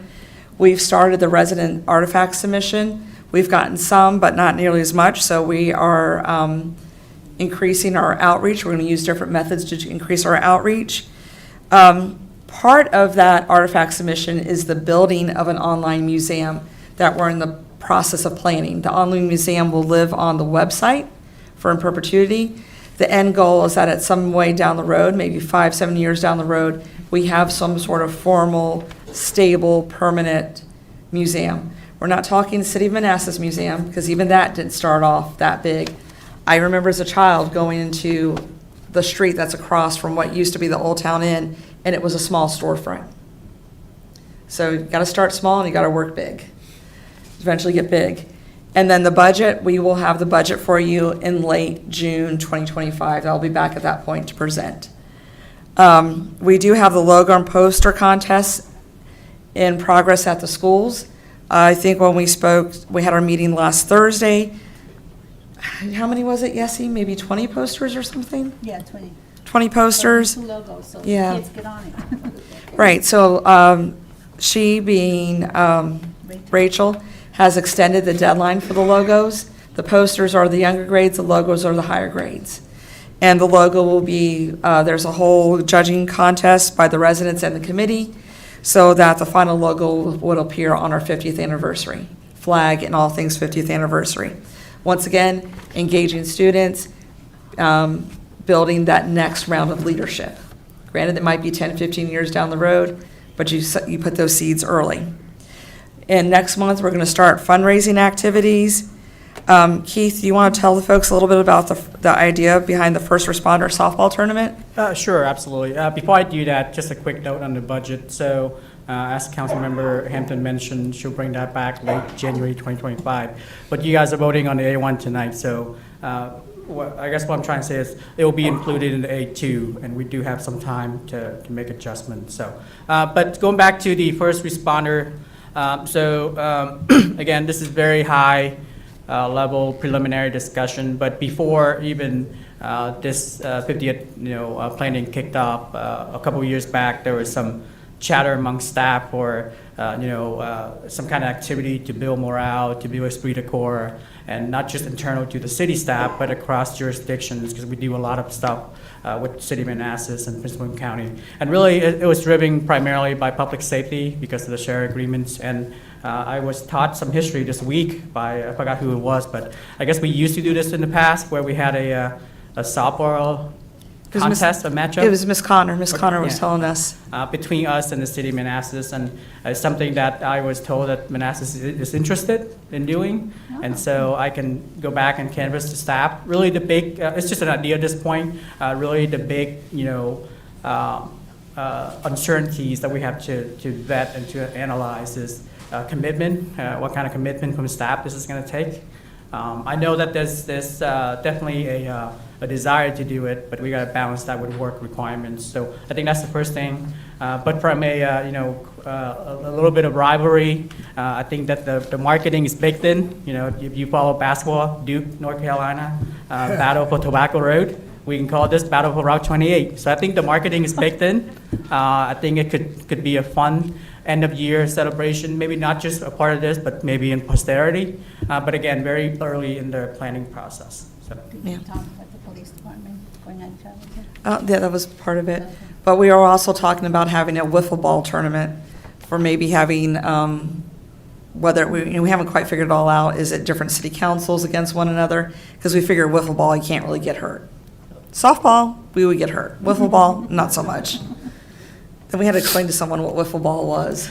The 50th anniversary flag raising, that right now is scheduled for July 1st. That's going to be held at the rec center. Logistically, that just made more sense of holding it here. That we had many discussions about that, and that just works best. They have the space reserved for us. The 50th anniversary parade, that is a throwback to what we used to have here. We used to have an Independence Day parade. And Ms. Connor, you remember it a little bit better than I do, but the kids had, right, the children had bicycles, and they were judged by the bicycles, and then we had all the other things, bands, and do we have the little cars that go room, room, room, room? Yes. So. Knights of Columbus. The Shriners? Shriners. Yeah, the Shriners, yes. So this is a throwback to it.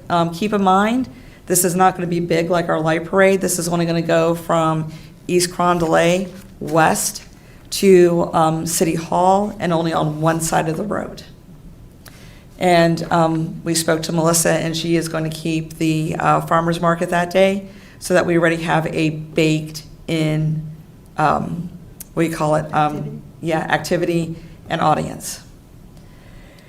And then September 25, we're going to leverage the last Friday to have a 50th anniversary themed dance, or event, I should say, not exactly a dance. And then the big thing is October 4th will be the inaugural Manassas Park Fire and Fiddle Fest, which is it's a combination of the barbecue contest sanctioned through KCBS, which is like the Harvard of barbecues, and a different festival that'll include vendors, music, and community organizations. I want to go to the next page. And here are some pictures. As you can tell from over here, we are already on the Kansas City Barbecue Society page. We've received information from 11 people who want to be judges, and I was told that is actually a sign of success. We've heard from one individual that is very interested in participating.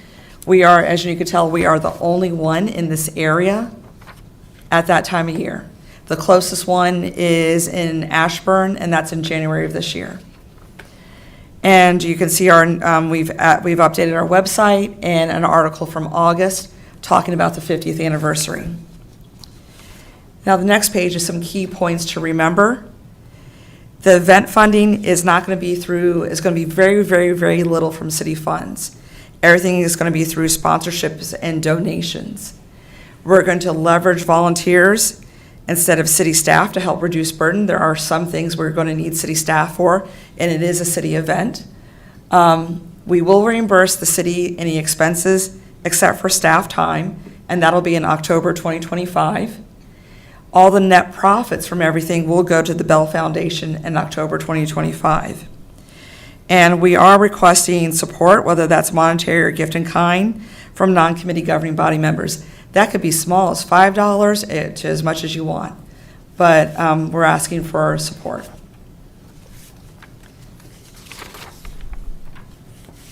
Any questions? No, this is our logo, and this logo, by the way, is the work of the whole entire committee. A lot of insight, and Keith was the one that came up with the idea of using our city seal. Asperger patty. Yeah, I don't think they can hear you. Asperger patty. Is the seal going to remain that color, or is it going to be the city colors? It's best because we're going to be using things in black and white. It's just best to use it black and white. Okay. We tried it with green, and it just Didn't correct. work. Yeah. All right, so there's also a number of background slides that you can read at your leisure. And it also includes the frequently asked questions that are on the website. It also includes the vision statement, the backgrounder, and the vision statement of the 50th anniversary that we sent out in October. Any questions? Questions? I guess I got one. Oh, good job, by the way, for the presentation. The city of Manassas, when they did theirs, they had a license plate they were selling to residents, kind of like a memorable they could participate and keep for, cherish forever. Is there plans for something like that, or? Yeah, they're not a license plate, but there's other things. Oh, okay. We have to look at how much things cost and how much we're going to sell them to residents. We're also looking, this was a lot of part of our discussion last Thursday. The other thing we're thinking of is including in some of the fees for a certain amount. You get whatever that fee is plus a piece of memorabilia. So we're probably not going to do the license plate because the cost is probably a little bit too cost prohibitive, but there'll be other things. All right, cool. Yeah. Thank you. Yessie, did you want to add anything? I think we covered it. Okay. Ms. Connor, anything I missed? No, I think you gave Okay. most of what we discussed. Keith? Okay. And Keith has actually been, I think unfortunately, he was in one of our longest meetings, 2.5 hours. Yes. But it was kind of enlightening, wasn't it? Yeah, I mean, I definitely appreciate all the people that put the work into this. I saw there were 4 or 5 residents, and they had a lot of good ideas, and a lot of work went into it. And, we should celebrate something as a city, but that's subject to your collective decision. Well, they've already decided back with back in November of last year. So, and we'll be back next month to give another update. All right, that's all I got. Any final questions or comments? Okay. Moving on to 8C, we have a sincere appreciation to Laura Hampton for serving as council member from January 1st, 2020 through December 31st, 2024. So if we could go down and stand Okay. here, and then the governing body can line up behind us. Good thing I sort of got first on board. Let's get centered. Okay. Yeah, okay. Yeah, like maybe right there? Yeah, that's good. I split. Gosh.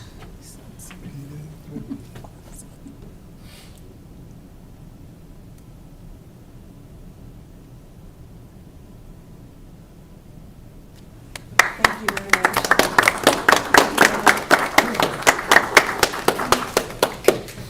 Sorry.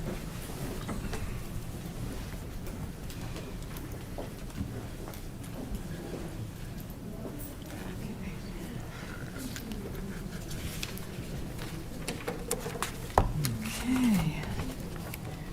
Moving on to the consent agenda. Consent agenda consists of approval of the minutes of November 13th and November 19th, 2024, reappointment of Lester Finkle to the Planning Commission for a 4-year term ending December 31st, 2028. Approval and authorization for the mayor or the vice mayor to sign a deed and plat granting an easement to NOVEC on Parcel A-2 adjacent to Kent Drive as presented and subject to final city attorney review. Approval of the resolution in support of the Virginia HSIP grant application and to accept any funding received resulting from the application as presented and subject to city attorney review. And approval and authorization for the city manager to sign an amendment to the agreement with Avenity for the use of J.D. Power valuation data for purposes of personal property tax as presented and subject to final city attorney review. So moved. Second. All in favor? Aye. Opposed? Abstained? Motion carries. Thank you. Since I foresee the possibility of significant discussion for both old and new business, we'll take a 5-minute comfort break.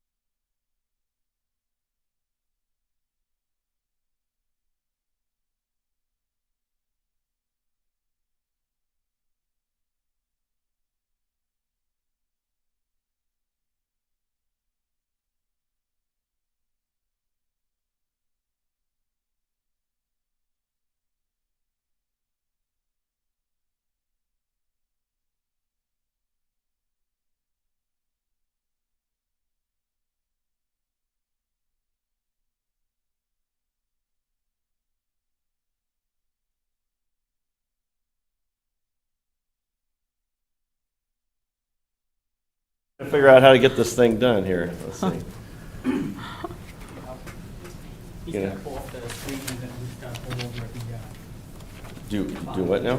yeah, he's gonna pull up the display screen and we just gotta pull this over.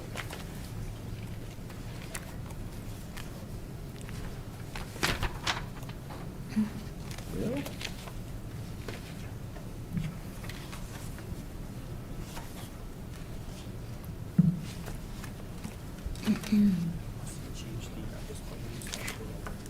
Alright. Well, I believe the public hearing for this was on December 3rd, last week. This is, or I'm sorry, for the November 13th for this one, for the admissions tax, right? Oh, I said December 3rd. Was that wrong? For the admission tax, it was November 13th. The other November two that 3rd. we have are Yeah. December Oh, 3rd. sorry about that. Yes. Okay. Thanks for the correction. It says December 3rd up here because I guess we were looking at maybe approving it then. No, I'm sorry, the admission, you're right, sorry, the admission tax was you're right, it was December 3rd. It was the charter amendment was on November 13th. Oh, okay, okay, Yes, I okay. apologize. Okay. All right, so now I'm supposed to be dragging it to somewhere here? Yes, right there. There we go. All right.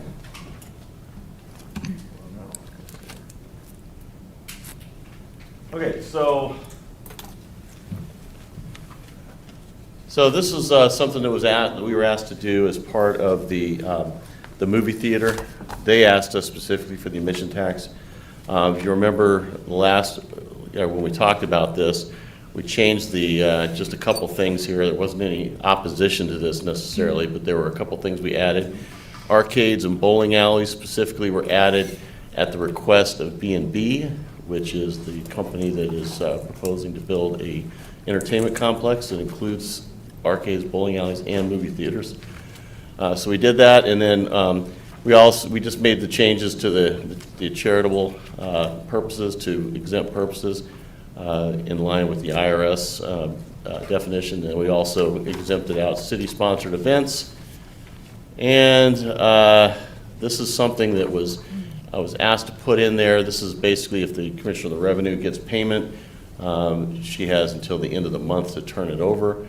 I was talking to a current Commissioner of Revenue employee. He said that really is unnecessary. So I don't know if you guys want to keep that in there or not.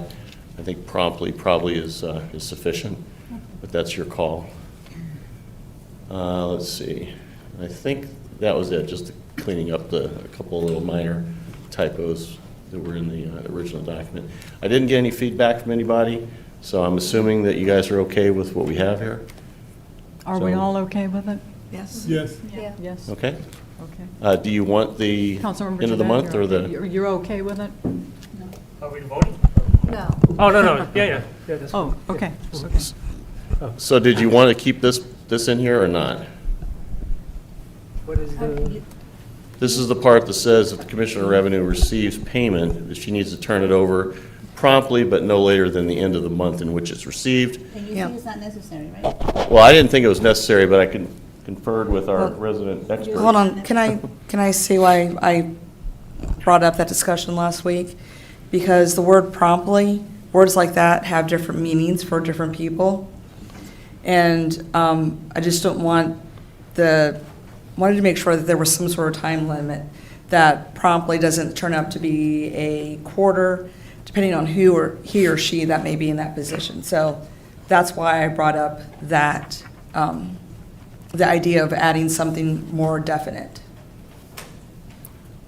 And I used the example at work where, one person tells you ASAP, which means as soon as possible, ASAP, and other people at work, their mind means you have to drop everything and do it right now.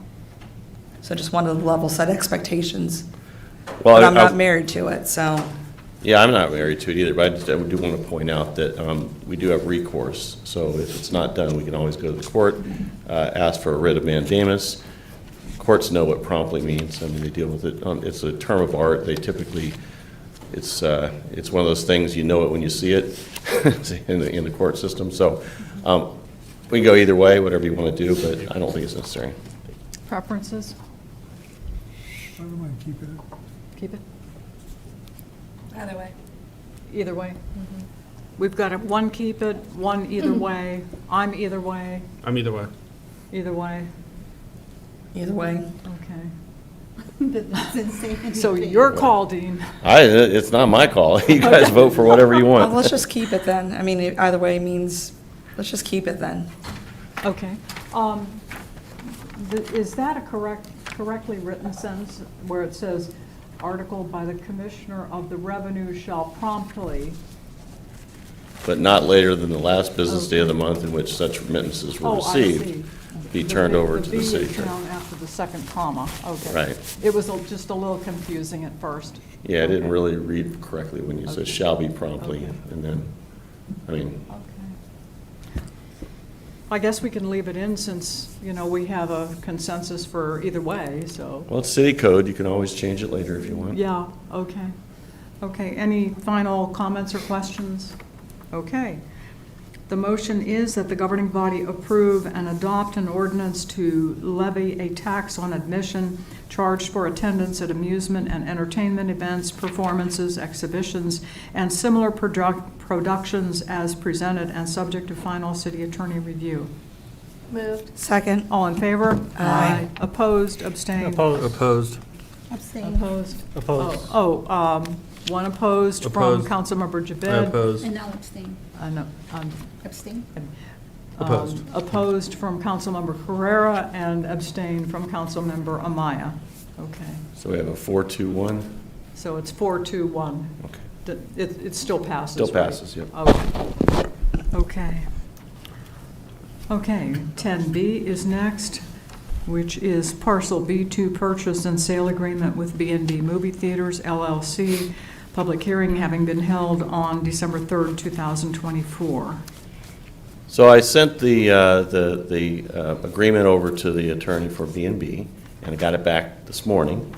Fortunately, the changes weren't really substantive, and the ones that I didn't accept, they weren't, they didn't think it was a big deal. So I'll very briefly just go over the salient points here.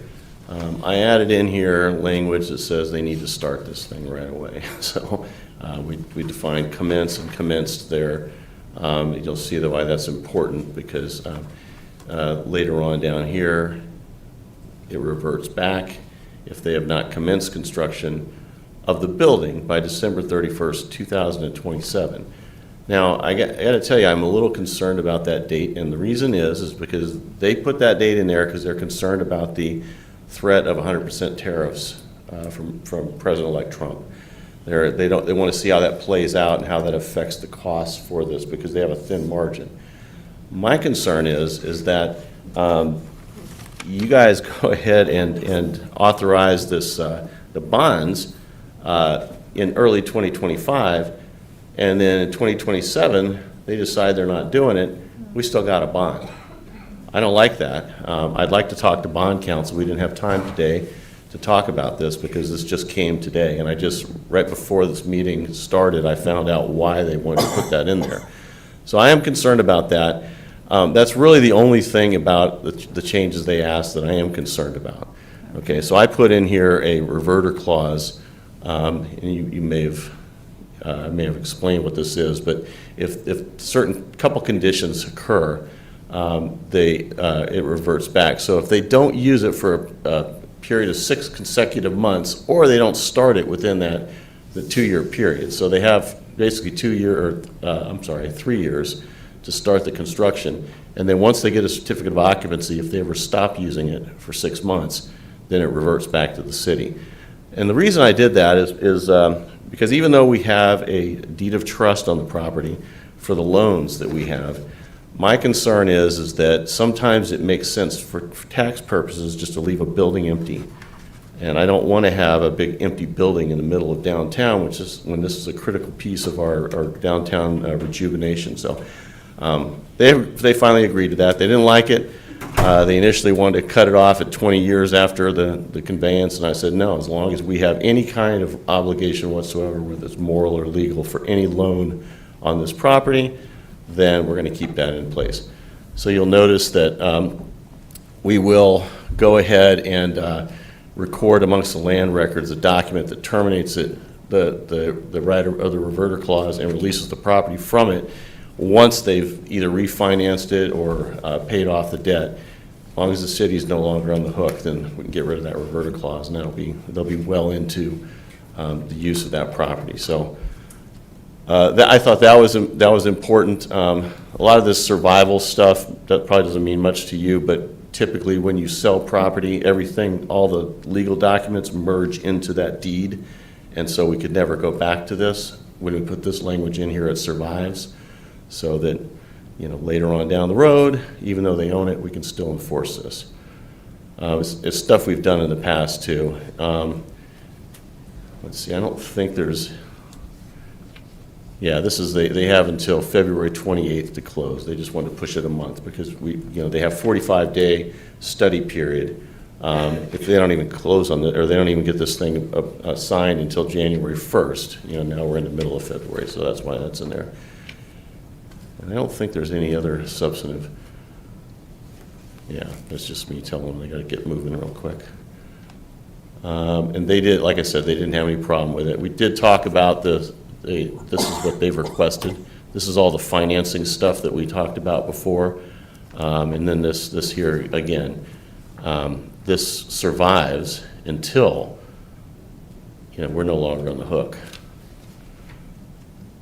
So if there are no questions, if there are any questions on the original document as well, this is just their requirement to pay the broker, so that's not a big deal.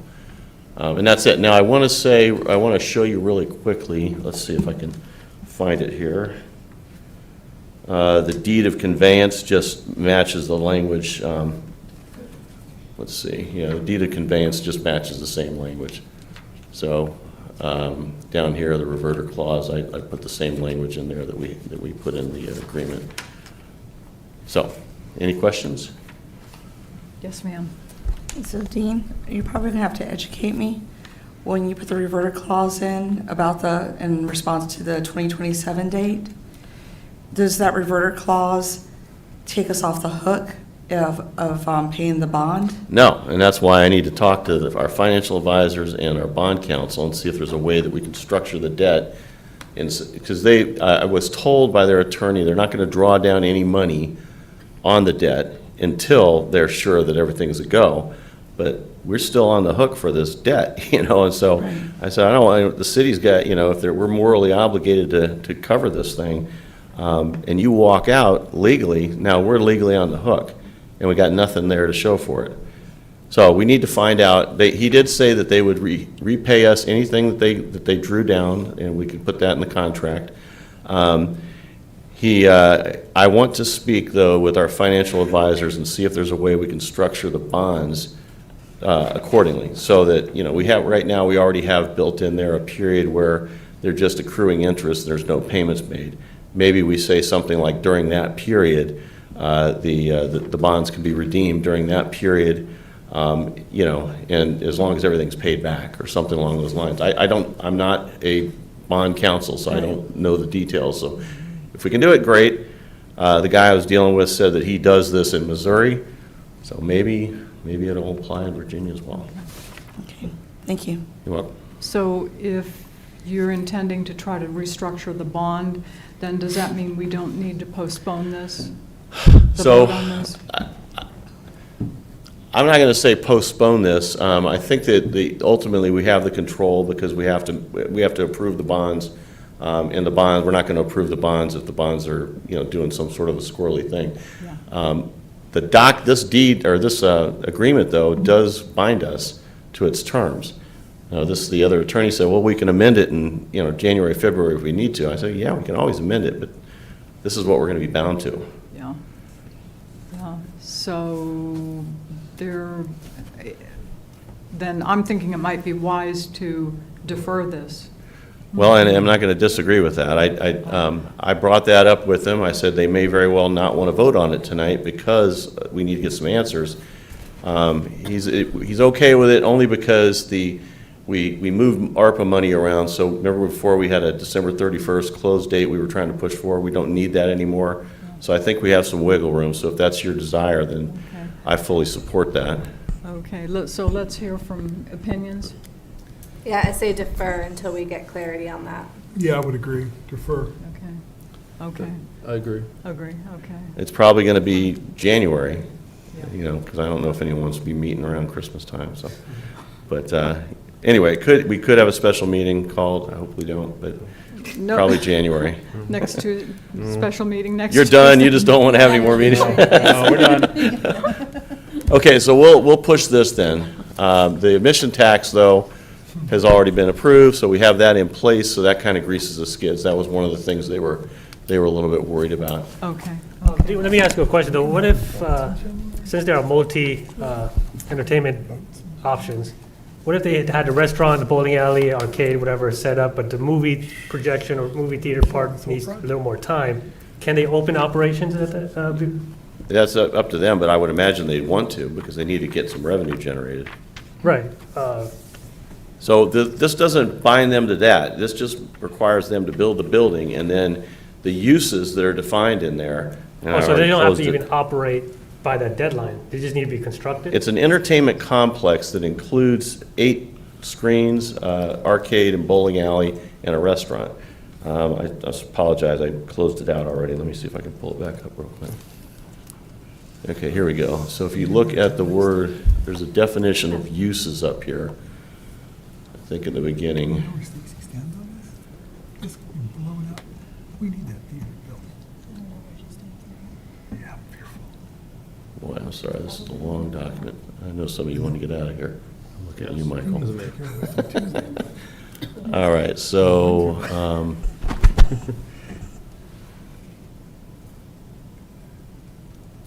One more page, I think, development. yeah, I think it's the development conditions, so.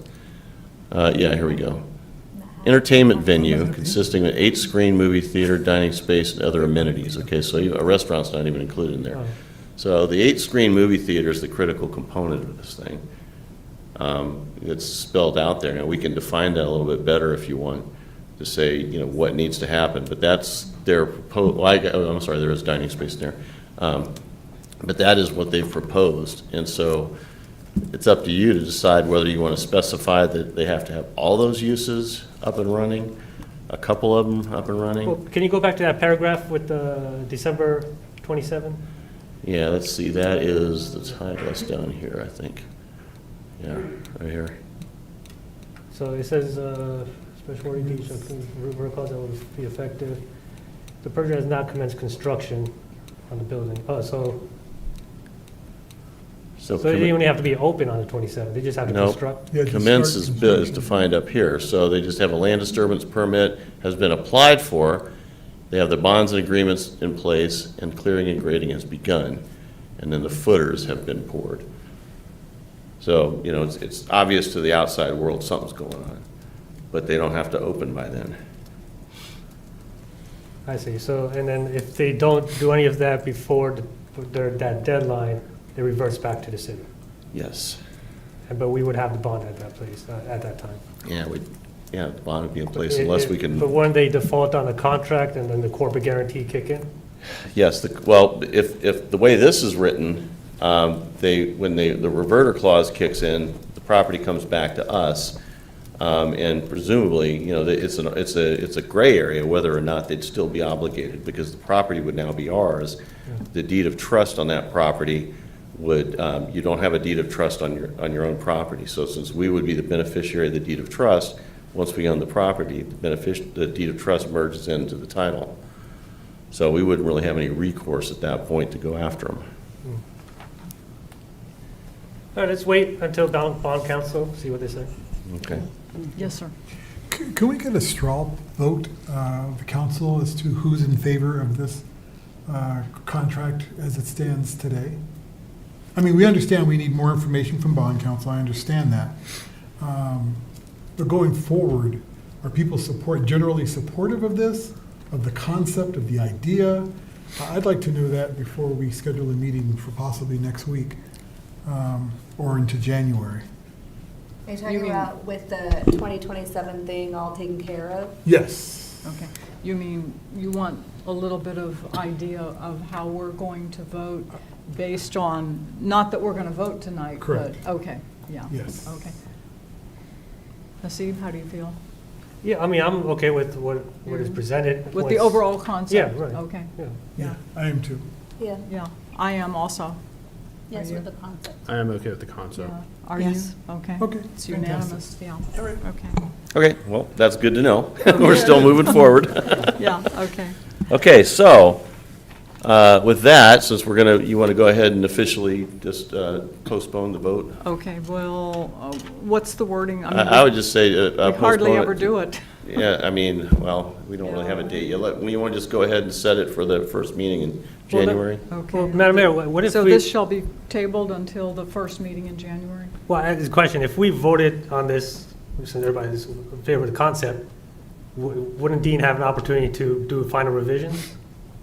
No. After- You can, No. so We can you can approve reconsider. it subject to clarification that you guys agree upon, and and you won't authorize the mayor or vice mayor to sign it until that's occurred.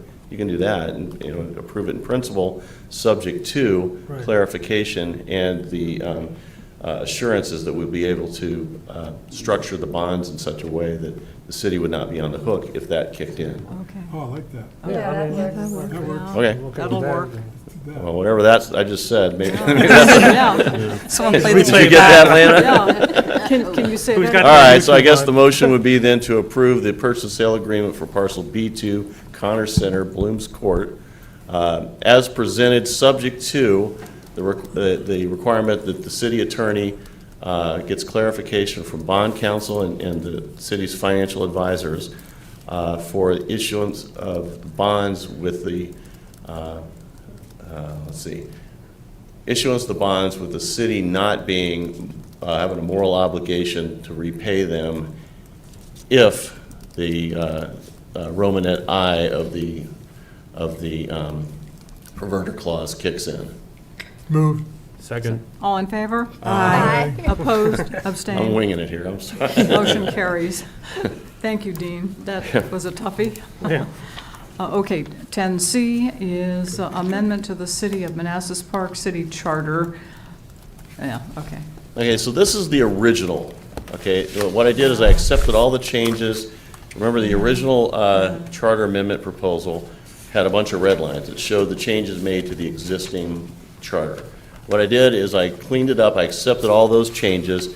I made a couple of just minor ones, changes that are consistent with some of the things I did for the dramatic change. I don't really think they're important, but I will just very quickly scroll down here and show you. It's like just punctuation things and stuff like that. But down under, was it 3.14 and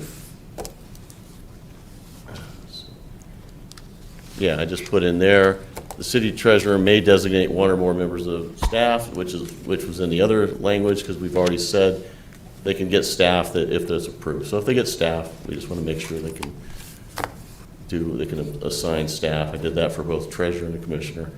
And then I just did the very minor stuff with both with the election for the governing body, and then also the commissioner, just clarify that it's elected or appointed successors have qualified. So right now, you guys are on the hook until your successor is in office as qualified. So I just want to make it clear that it's elected or appointed, because you guys will have an opportunity here shortly to appoint an interim council member to replace our mayor-elect in the remainder of her term. So anyway, that's the minor stuff there. Now, I was also asked to go ahead and prepare a revision. So once again, I accepted all the changes, so we have a clean slate of what you guys saw. This one here would be to keep the treasurer and the commissioner as they currently are. You see I just took, now it's the city treasurer instead of the director of finance here. A couple of places I did that, and then down in the section where we talk about what their obligations are in 3.14, oh, see, there's something up there. Oh.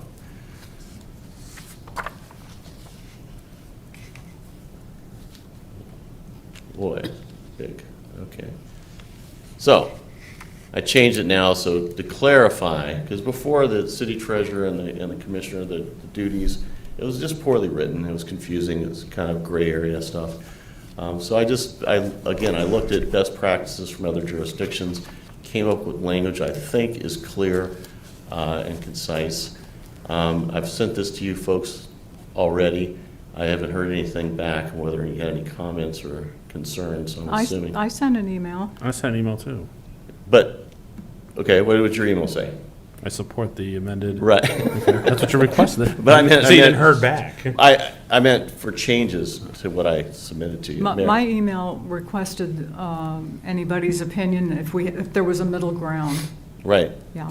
But I didn't get any, what I meant was I didn't get any input to change it. Okay. Okay. So I apologize for the way I described that. Okay. So anyway, this is what you guys saw, and it's Okay. pretty much just stating the obvious. You know, state law So says this is what you're going to do. Is there two options, Dean? We'll have two, yes. We have the original as presented where everything gets, all the state and local taxes and licenses, all the local taxes and licenses get transferred to the city finance department. Yeah. And then the treasurer and the commissioner are only doing those duties that are associated with state taxes and licenses. This one here keeps everything with the treasurer and the commissioner, but just clarifies what it is they're supposed to be doing. Yeah. Make it a little bit less gray area. Yeah. And then you'll see I just deleted all this stuff that used to be for the finance department and finance director. Well, we appreciate the two versions, and I know this is a difficult one. I think residents would definitely appreciate our trying to streamline the financial processes, but we know that special interests in lobby at the General Assembly will lobby against this. They'll come out in full force. So, any comments or questions? Yeah, I'll just say that I'll support the original version. This is the residents' number one concern. This is the number one call I get. If it doesn't pass, at least I can say that I tried. I think I was also looking at the overall streamlining of the financial processes, that it might be for the betterment of the city. Absolutely. Do you have a preference, Councilmember Moore? I don't have a preference. Probably reverting back to the original language. Possibly the original? Yes. Okay. The original language that was presented or the current original language? The current original. Okay, so the revised version here. Yes. Okay, thank you. Okay. Yes, revised version. So that would be B. Yeah, let's do A and B. A and B. Okay, A is the original with minor modifications. B is the revised that retains the treasurer and commissioner duties with local. Okay, I would say taxes. A at this point. Quick Okay, so- question. Wait, Hold on. say that again? A is the one I presented in public hearing Yes. with minor changes to that. That was the first one I showed you tonight. Which is the original where we're The original ordinance, or resolution, I'm sorry, not the original charter, because that's Right. the So original. the one that we're taking the stuff to we're taking the duties from the office of the treasurer and the commissioner to Right. the city. That's A. Okay. B is we retain the local tax and licensing authority for treasurer and commissioner, but just clean it up a little bit so it's a little bit more clear what they do. That's the B version. So, I have a question. Yeah. What is your preference? Hold on, Go I have a point of clarification. In both of those versions in A and B, do those both have where the city manager can live within 30 miles? yes, everything else stayed the same. So it still has, you guys have to get petitions, still has the our city manager living within 30 miles.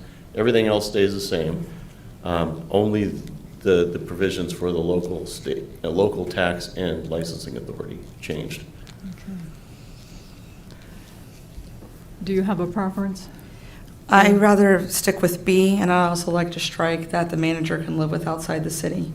I'm a firm believer that if you're getting paid by the residents and you're the CEO of the city, you need to live here. You need to eat, breathe, and understand what we deal with. That's the equivalent of being the governor of a state and not live in that state. Okay. Do you have a preference? B. B, do you have a preference? Be with her revision about the city manager, Okay. if it's possible. Can you say that again? Be with the revision of the city manager to live in the city. Okay. Okay, well, technically I'm A with the city manager living in the city because I was never for that to begin with. A is the. A is the revamping one of we the- presented in the public hearing. Yeah, okay. B, I'm going with B. B. Right. Yeah. But I don't necessarily need the city manager to live within the city limits. Can you do, so I think we have a majority for B. Let me just make one comment. If we change that with the city manager, the city manager right now that would be appointed and coming, he may have not taken this job. So that impacts the level of, the pool of people we have, the ability to live here. So many of us, I don't live in I don't work in Manassas Park, and I live in Manassas Park. So I just, Well, Mr. Cole said that he intends to live in Manassas Park. a lot of them, when it reduces the I'm pool, sorry? it reduces the pool of applicants and the possibility for, so. So let's do one thing at a time, though. We got B down as majority. Yeah. So any revisions on B, then let's talk about that. Okay. So can we get just a show of hands, who supports, B. who supports the city manager having to live in the city? Having to live in the city. In the city, so we have 3. Who supports him living outside the city? So it's 3 and 3, with the mayor as a tiebreaker? I can go either way, honestly. Well, we gotta have something. Okay, he can live outside the city. Okay, so B as currently written then Yeah. is the majority support. Okay. Okay? Okay. So I guess that would be, the motion would be slightly different then, because, I had sent it to you as presented, but the motion would be as written, but with the option that the treasurer and the commissioner of revenue retain local, state, and licensing authority. Can you state the motion then? Well, before the motion, Yeah. want to discuss another thing on the, I'm sorry, can you speak? I wanted to discuss another topic on this charter. Oh, yeah, of course. So version B, we cleared the city manager. Can you explain, I guess the city governing body needs to meet at least 10 months out of the year? 11. It's 11 months out of the year, Basically, you get to choose a month where you don't want to meet. but currently, if they choose to, that's only if they vote to not meet that month, right? Well, It has to be a you majority, guys, or- you present, you have you're obligated at the first meeting in July to set your schedule. Right. At that meeting, you can set your schedule to, I don't know, say August. You're not meeting in August. Yeah. And then after that, you could set the schedule. So you have to meet at least once a month. Realistically, you're going to meet 2 times a month, most likely. But there is, if you want to have a whole month where you're not meeting, this gives you that option. Right. Which I don't like that option, but I think the governing body should be meeting at least once a month, if that. We have a lot of city business. Yeah. So, I mean, with that said, I mean, I like this part, but if that's the only hesitation, I might have to abstain from just voting, Well- because I don't, Can I make a point, though? If something comes up, the governing body can always agree to meet in special meeting. right. And if somebody's on vacation that month, well, we still have a quorum. I mean, that's the way it works. So if you just happen to be out that month and there's a special meeting and we need to have you guys meet, well, I mean, we'd still have that option. This is just the regular scheduled meetings where you're planning it for the next year ahead. okay. I mean, I guess I'll vote for it, but I'm still not in favor of that. I know what you're saying, because I have been so accustomed to meeting every single month. Right. You can since still I come. Signed on. Right. But, okay. Okay. Anything else? I think that was my only. Okay. Any other comments, questions? Okay, are we ready for the motion? Yep. Okay. All right, the motion would be the governing body approve and adopt a resolution requesting the General Assembly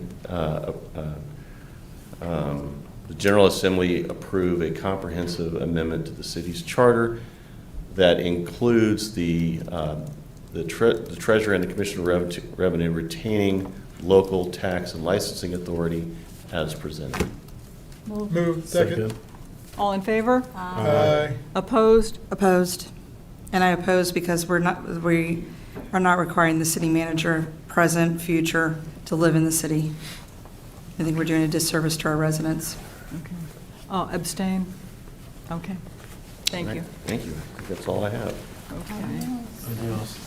Moving on to 11A, FY25 Budget Amendment Number 1 and ARPA Budget Amendment Number 5, public hearing held earlier in the meeting. The only comment I have to add, and I apologize, I should have mentioned earlier, there were two items that were not included in the A1. And one I mentioned with the 50th, because we're waiting on the budget. The other one was the additional request to hire a staff for one of the offices upstairs due to personal reason that I mentioned previously. That one, we do have saving from vacancy, part-time, et cetera. So we could cover that without any impact to the A1. So that's the only comment I have. Comments, questions? Got a comment down at this end. Yes. So I want to reiterate regarding the 50th anniversary. Other than staff costs, there will be no cost, other than the staff cost and I think it's $1,600 or $1,800 that we've spent. There are not going to be any other cost to the city. Everything else will be done through donations or gift in kind. And since it's a city event and the city will benefit from it, either directly and indirectly, it's no different than us having like the light parade that we just had or the 4th of July. And like we've said since the beginning, we're going to do as much as we can with volunteers to reduce the burden on the staff. So I wanted to make that out there and get that cleared with everybody. And at any point, if people have questions before we present the budget, and it'll be high level, we're not going to go down, level by level, because it's pretty darn detailed, as Keith can attest to. But if you have questions before then, you have my number. Give me a call. Jeanette and residents can tell you, I'm happy to take a phone call. I'll sit there and spend an hour or more explaining it with you. Granted, it'll have to be after work, but I'm happy to explain it. Madam Mayor.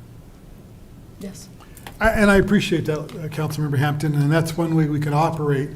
What I would prefer, and the way I usually see things done as far as budget, is that we adopt a maximum budget and let the committee live within it. Then you can go to the committee meetings and say, this is our budget. We got to do whatever we're going to do, but it's 20,000, it's 25,000, it's 15,000, instead of us having to wait and determine that. I would like for this dais to set an amount, get it approved now, so that our city manager can factor those into his budget, and that there's no misunderstanding. And then the committee, like every other department, will have to live within their budget. That's my proposal. So at the very beginning, we asked for $2,000, and we're underneath that. I'll approve. And Motion. hold on. Oh. I'm not done. Oh, okay. Hold your horses. And it seems time and again through all the emails, despite the number of conversations we've had on this dais, folks are getting confused. So Councilmember Amaya just made a very, very wise recommendation, $10,000, because then that covers the cost of staff. But we will stick to our model of reaching out and getting sponsorships, which we've been doing since day one, and we're working on a sponsorship package now. There were a lot of different things that we had to get in place, including the contract with KCBS, which happened right before Thanksgiving. And what's the cost of KCBS? $250. Okay.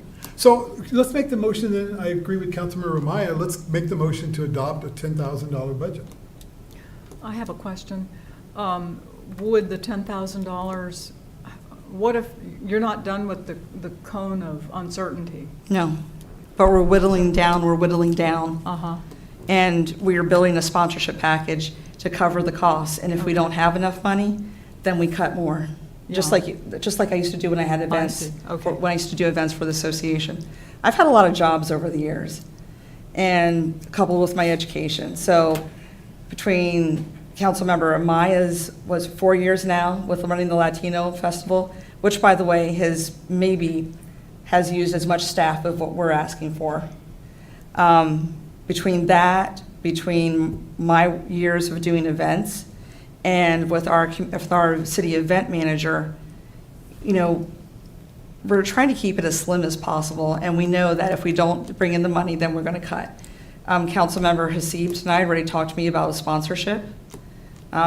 So we'll keep it to what money we get in is what we spend. So is the motion in order to set the budget at 10,000? It is. If I may, just to make sure we're talking about the right number. So the staff costs, if we don't use it, obviously it doesn't incur staff costs.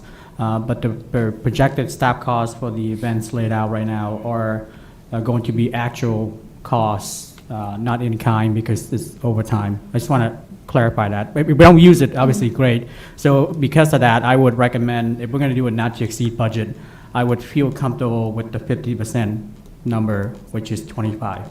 Because if you don't, the staff cost itself is 10,000 if we're going to employ staff. And then the rest of the event, and I'm just talking numbers, not sponsorship right now, is 46. So if you give me 25, we don't use staff, we can kind of shift back and forth to cover the bulk of it. It's sort of a median approach, essentially. It's our 50th anniversary. It only comes around once a year. Not once a year, once in a lifetime. Once in a lifetime. I would accept a $25,000 budget. And so let the motion reflect that we move $25,000 for the 50th anniversary. Okay.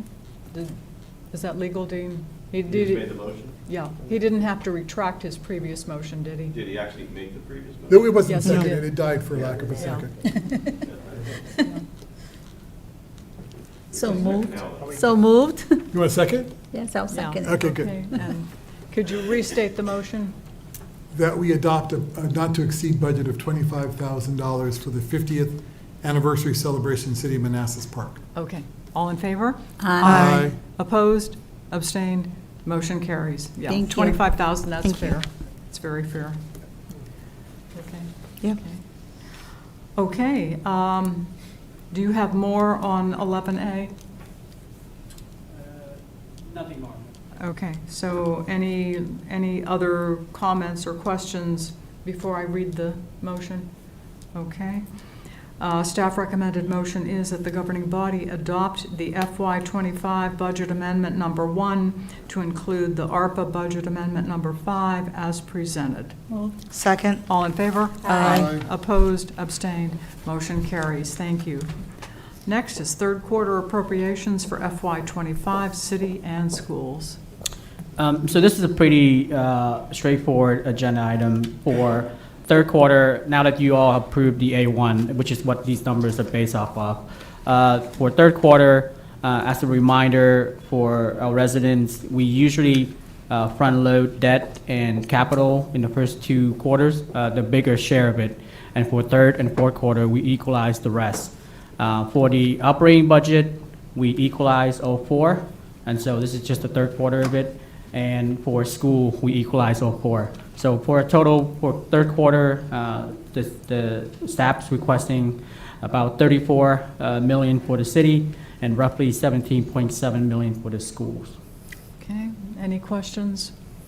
Okay, there are 2 motions. First motion is that the governing body appropriate $34,081,470 to the city for quarter 3 of fiscal year 2025 as presented. Second. All in favor? Aye. Opposed? Abstained? Motion carries.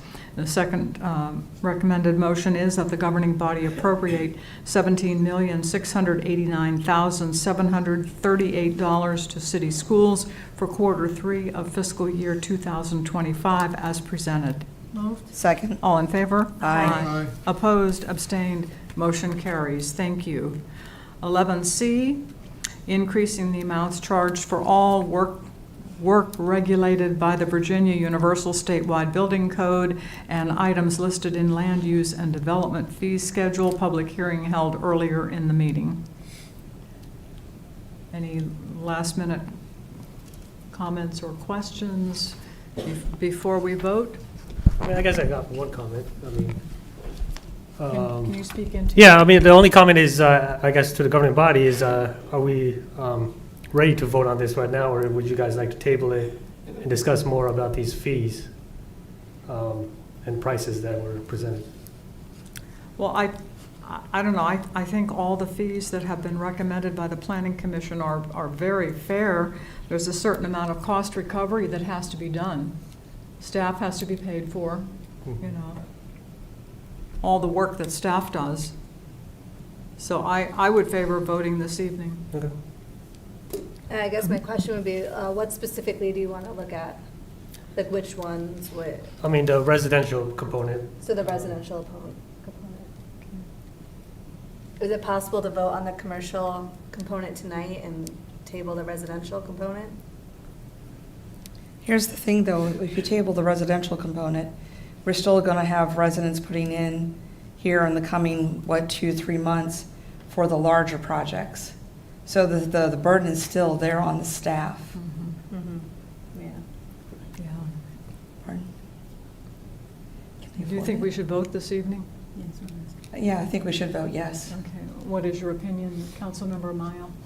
We should vote. We should vote, okay, I think we should vote. We should vote. Vote, okay, that's a majority. Okay, thank you. Staff recommended motion is that the governing body approve the proposed increases to the land use and development fee schedule and all fees charged for work regulated by the Virginia Universal Statewide Building Code as presented with an effective date of January 1st, 2025. Moved. Second. All in favor? Aye. Opposed? opposed. Abstained? Motion carries. One opposed. Thank you. One opposed. One opposed. Councilmember Javed. Thank you. Okay, moving on to 11D, Signal Hill Park Pavilion Renovation Project.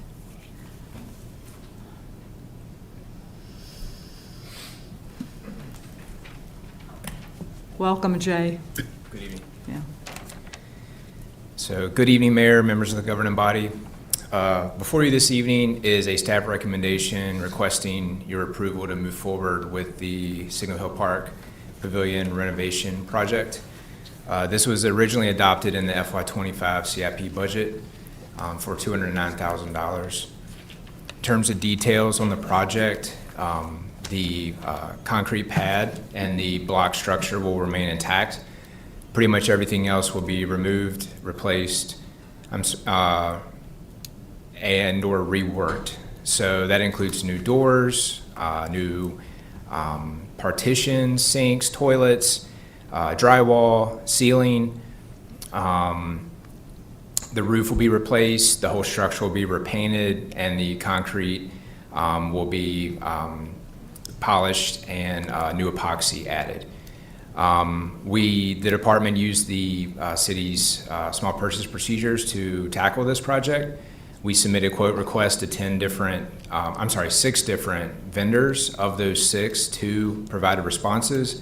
Of those 2, 5-Star Enterprises provided the lowest bid at just under $137,000. So staff recommends moving forward with 5-Star.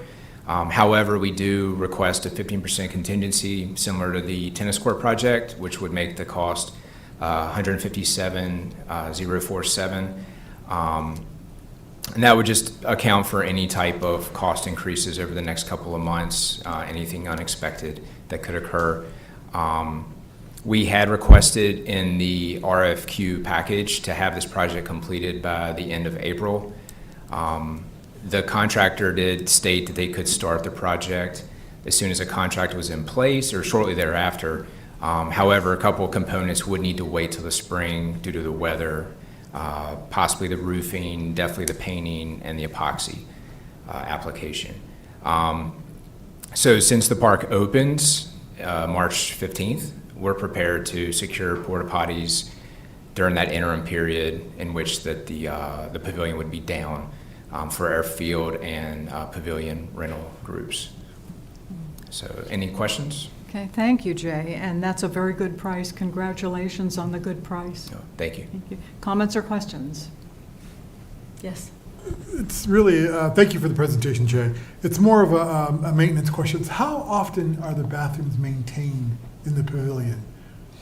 As far as like daily cleaning? Yeah, cleaned. Is it Every daily, day. weekly? Every once a day, month? yes. Our park staff clean them daily.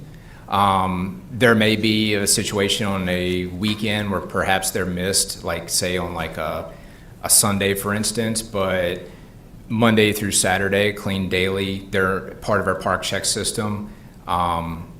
So they do get routine cleaning and maintenance. And the rehab is not going to add any extra toilets in either the men's or the women's? It's just what's there now will be just upgraded? Yes, sir, correct. It'll be a like-for-like replacement.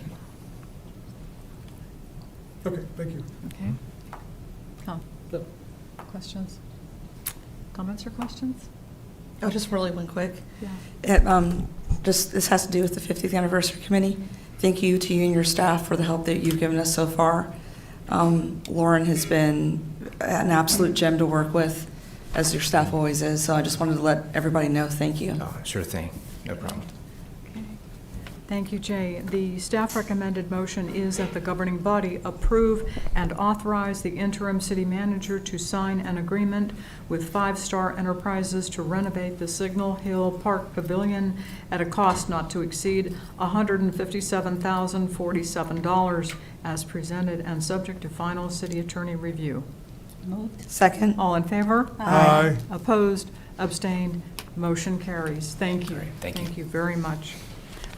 We are now at our second public comment time. Is there anyone who would like to make public comment? Seeing no one and hearing no one, we move on to city manager's report. And I believe that our city attorney would like to say a few words. I'll go after he. Oh, after he gets done. Okay. You're still writing it. No, I'm actually replying to Daryl's email. Just a couple of quick updates for you all. So first, thank you to the staff for a great light parade. The initial sentiments I got that the parade was very well done, even though it was very cold.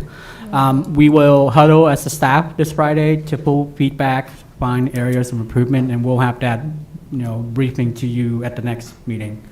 And then second, I think we have a last Friday this weekend. On Friday, I think it's the last, it's the Dickens Festival. And then lastly, holiday trash schedule. Essentially on Christmas Day and New Year Day, which are Wednesdays, the trash pickup is pushed one day to the right. So if you forget what I say, please go to the website and it's posted on the bottom right in the pop-up screen. So with that being said, I'll turn it over to Dee. Okay. Hello. I just wanted to announce that earlier today I submitted my letter of retirement to the governing body. And so it's going to be effective July 6th of next year, so I'll be around for a little while.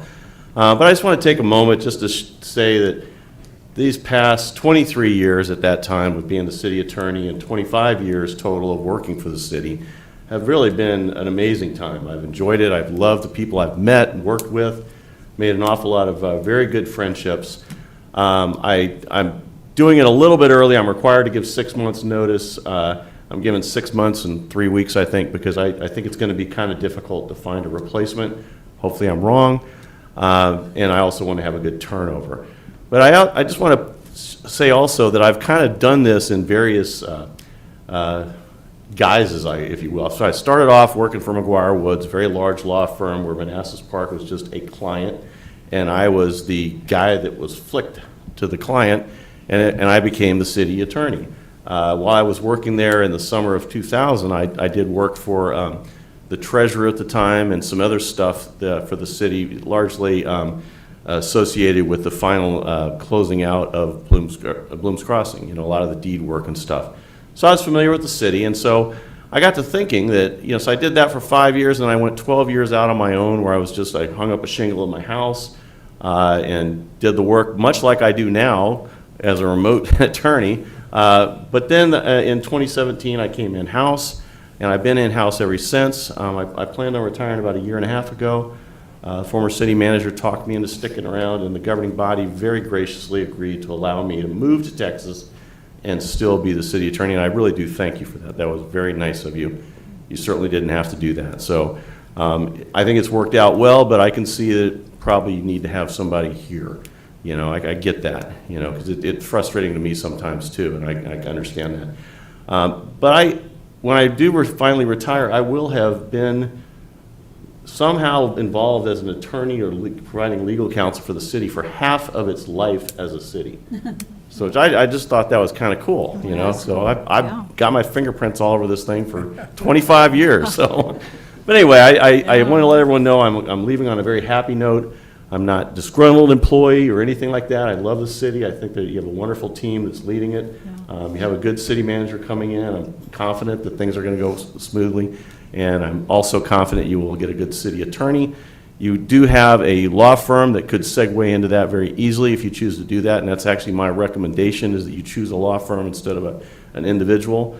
There just aren't that many attorneys out there that are young that do this. There's some my age, but you know, they're going to be retiring soon. So if you want to get someone younger that has some, you know, the wherewithal to put up with a lot of, you know, the chinks in the armor you get as a city attorney, a law firm would be very good, because then you can kind of delegate out, and I think you get a better bang for your buck that way. So it's up to you though, and I am here to transition. My contract also anticipates I might be needed afterwards for something. If you guys need something, I'm more than willing to talk to you about that. You have some big projects in the lined up here. I would like to take those on, or at least try to get them done by the time I leave. If I don't, then we can talk and see if there's something that needs to be done. So anyway, thank you very much again, and I appreciate giving me the time to say this. I just want to let staff know. Well, we appreciate you, Dean. You really have served this city. You've kept the city out of hot water. I mean, your legal expertise is beyond compare. Well, thank you very much. We appreciate you. Yes.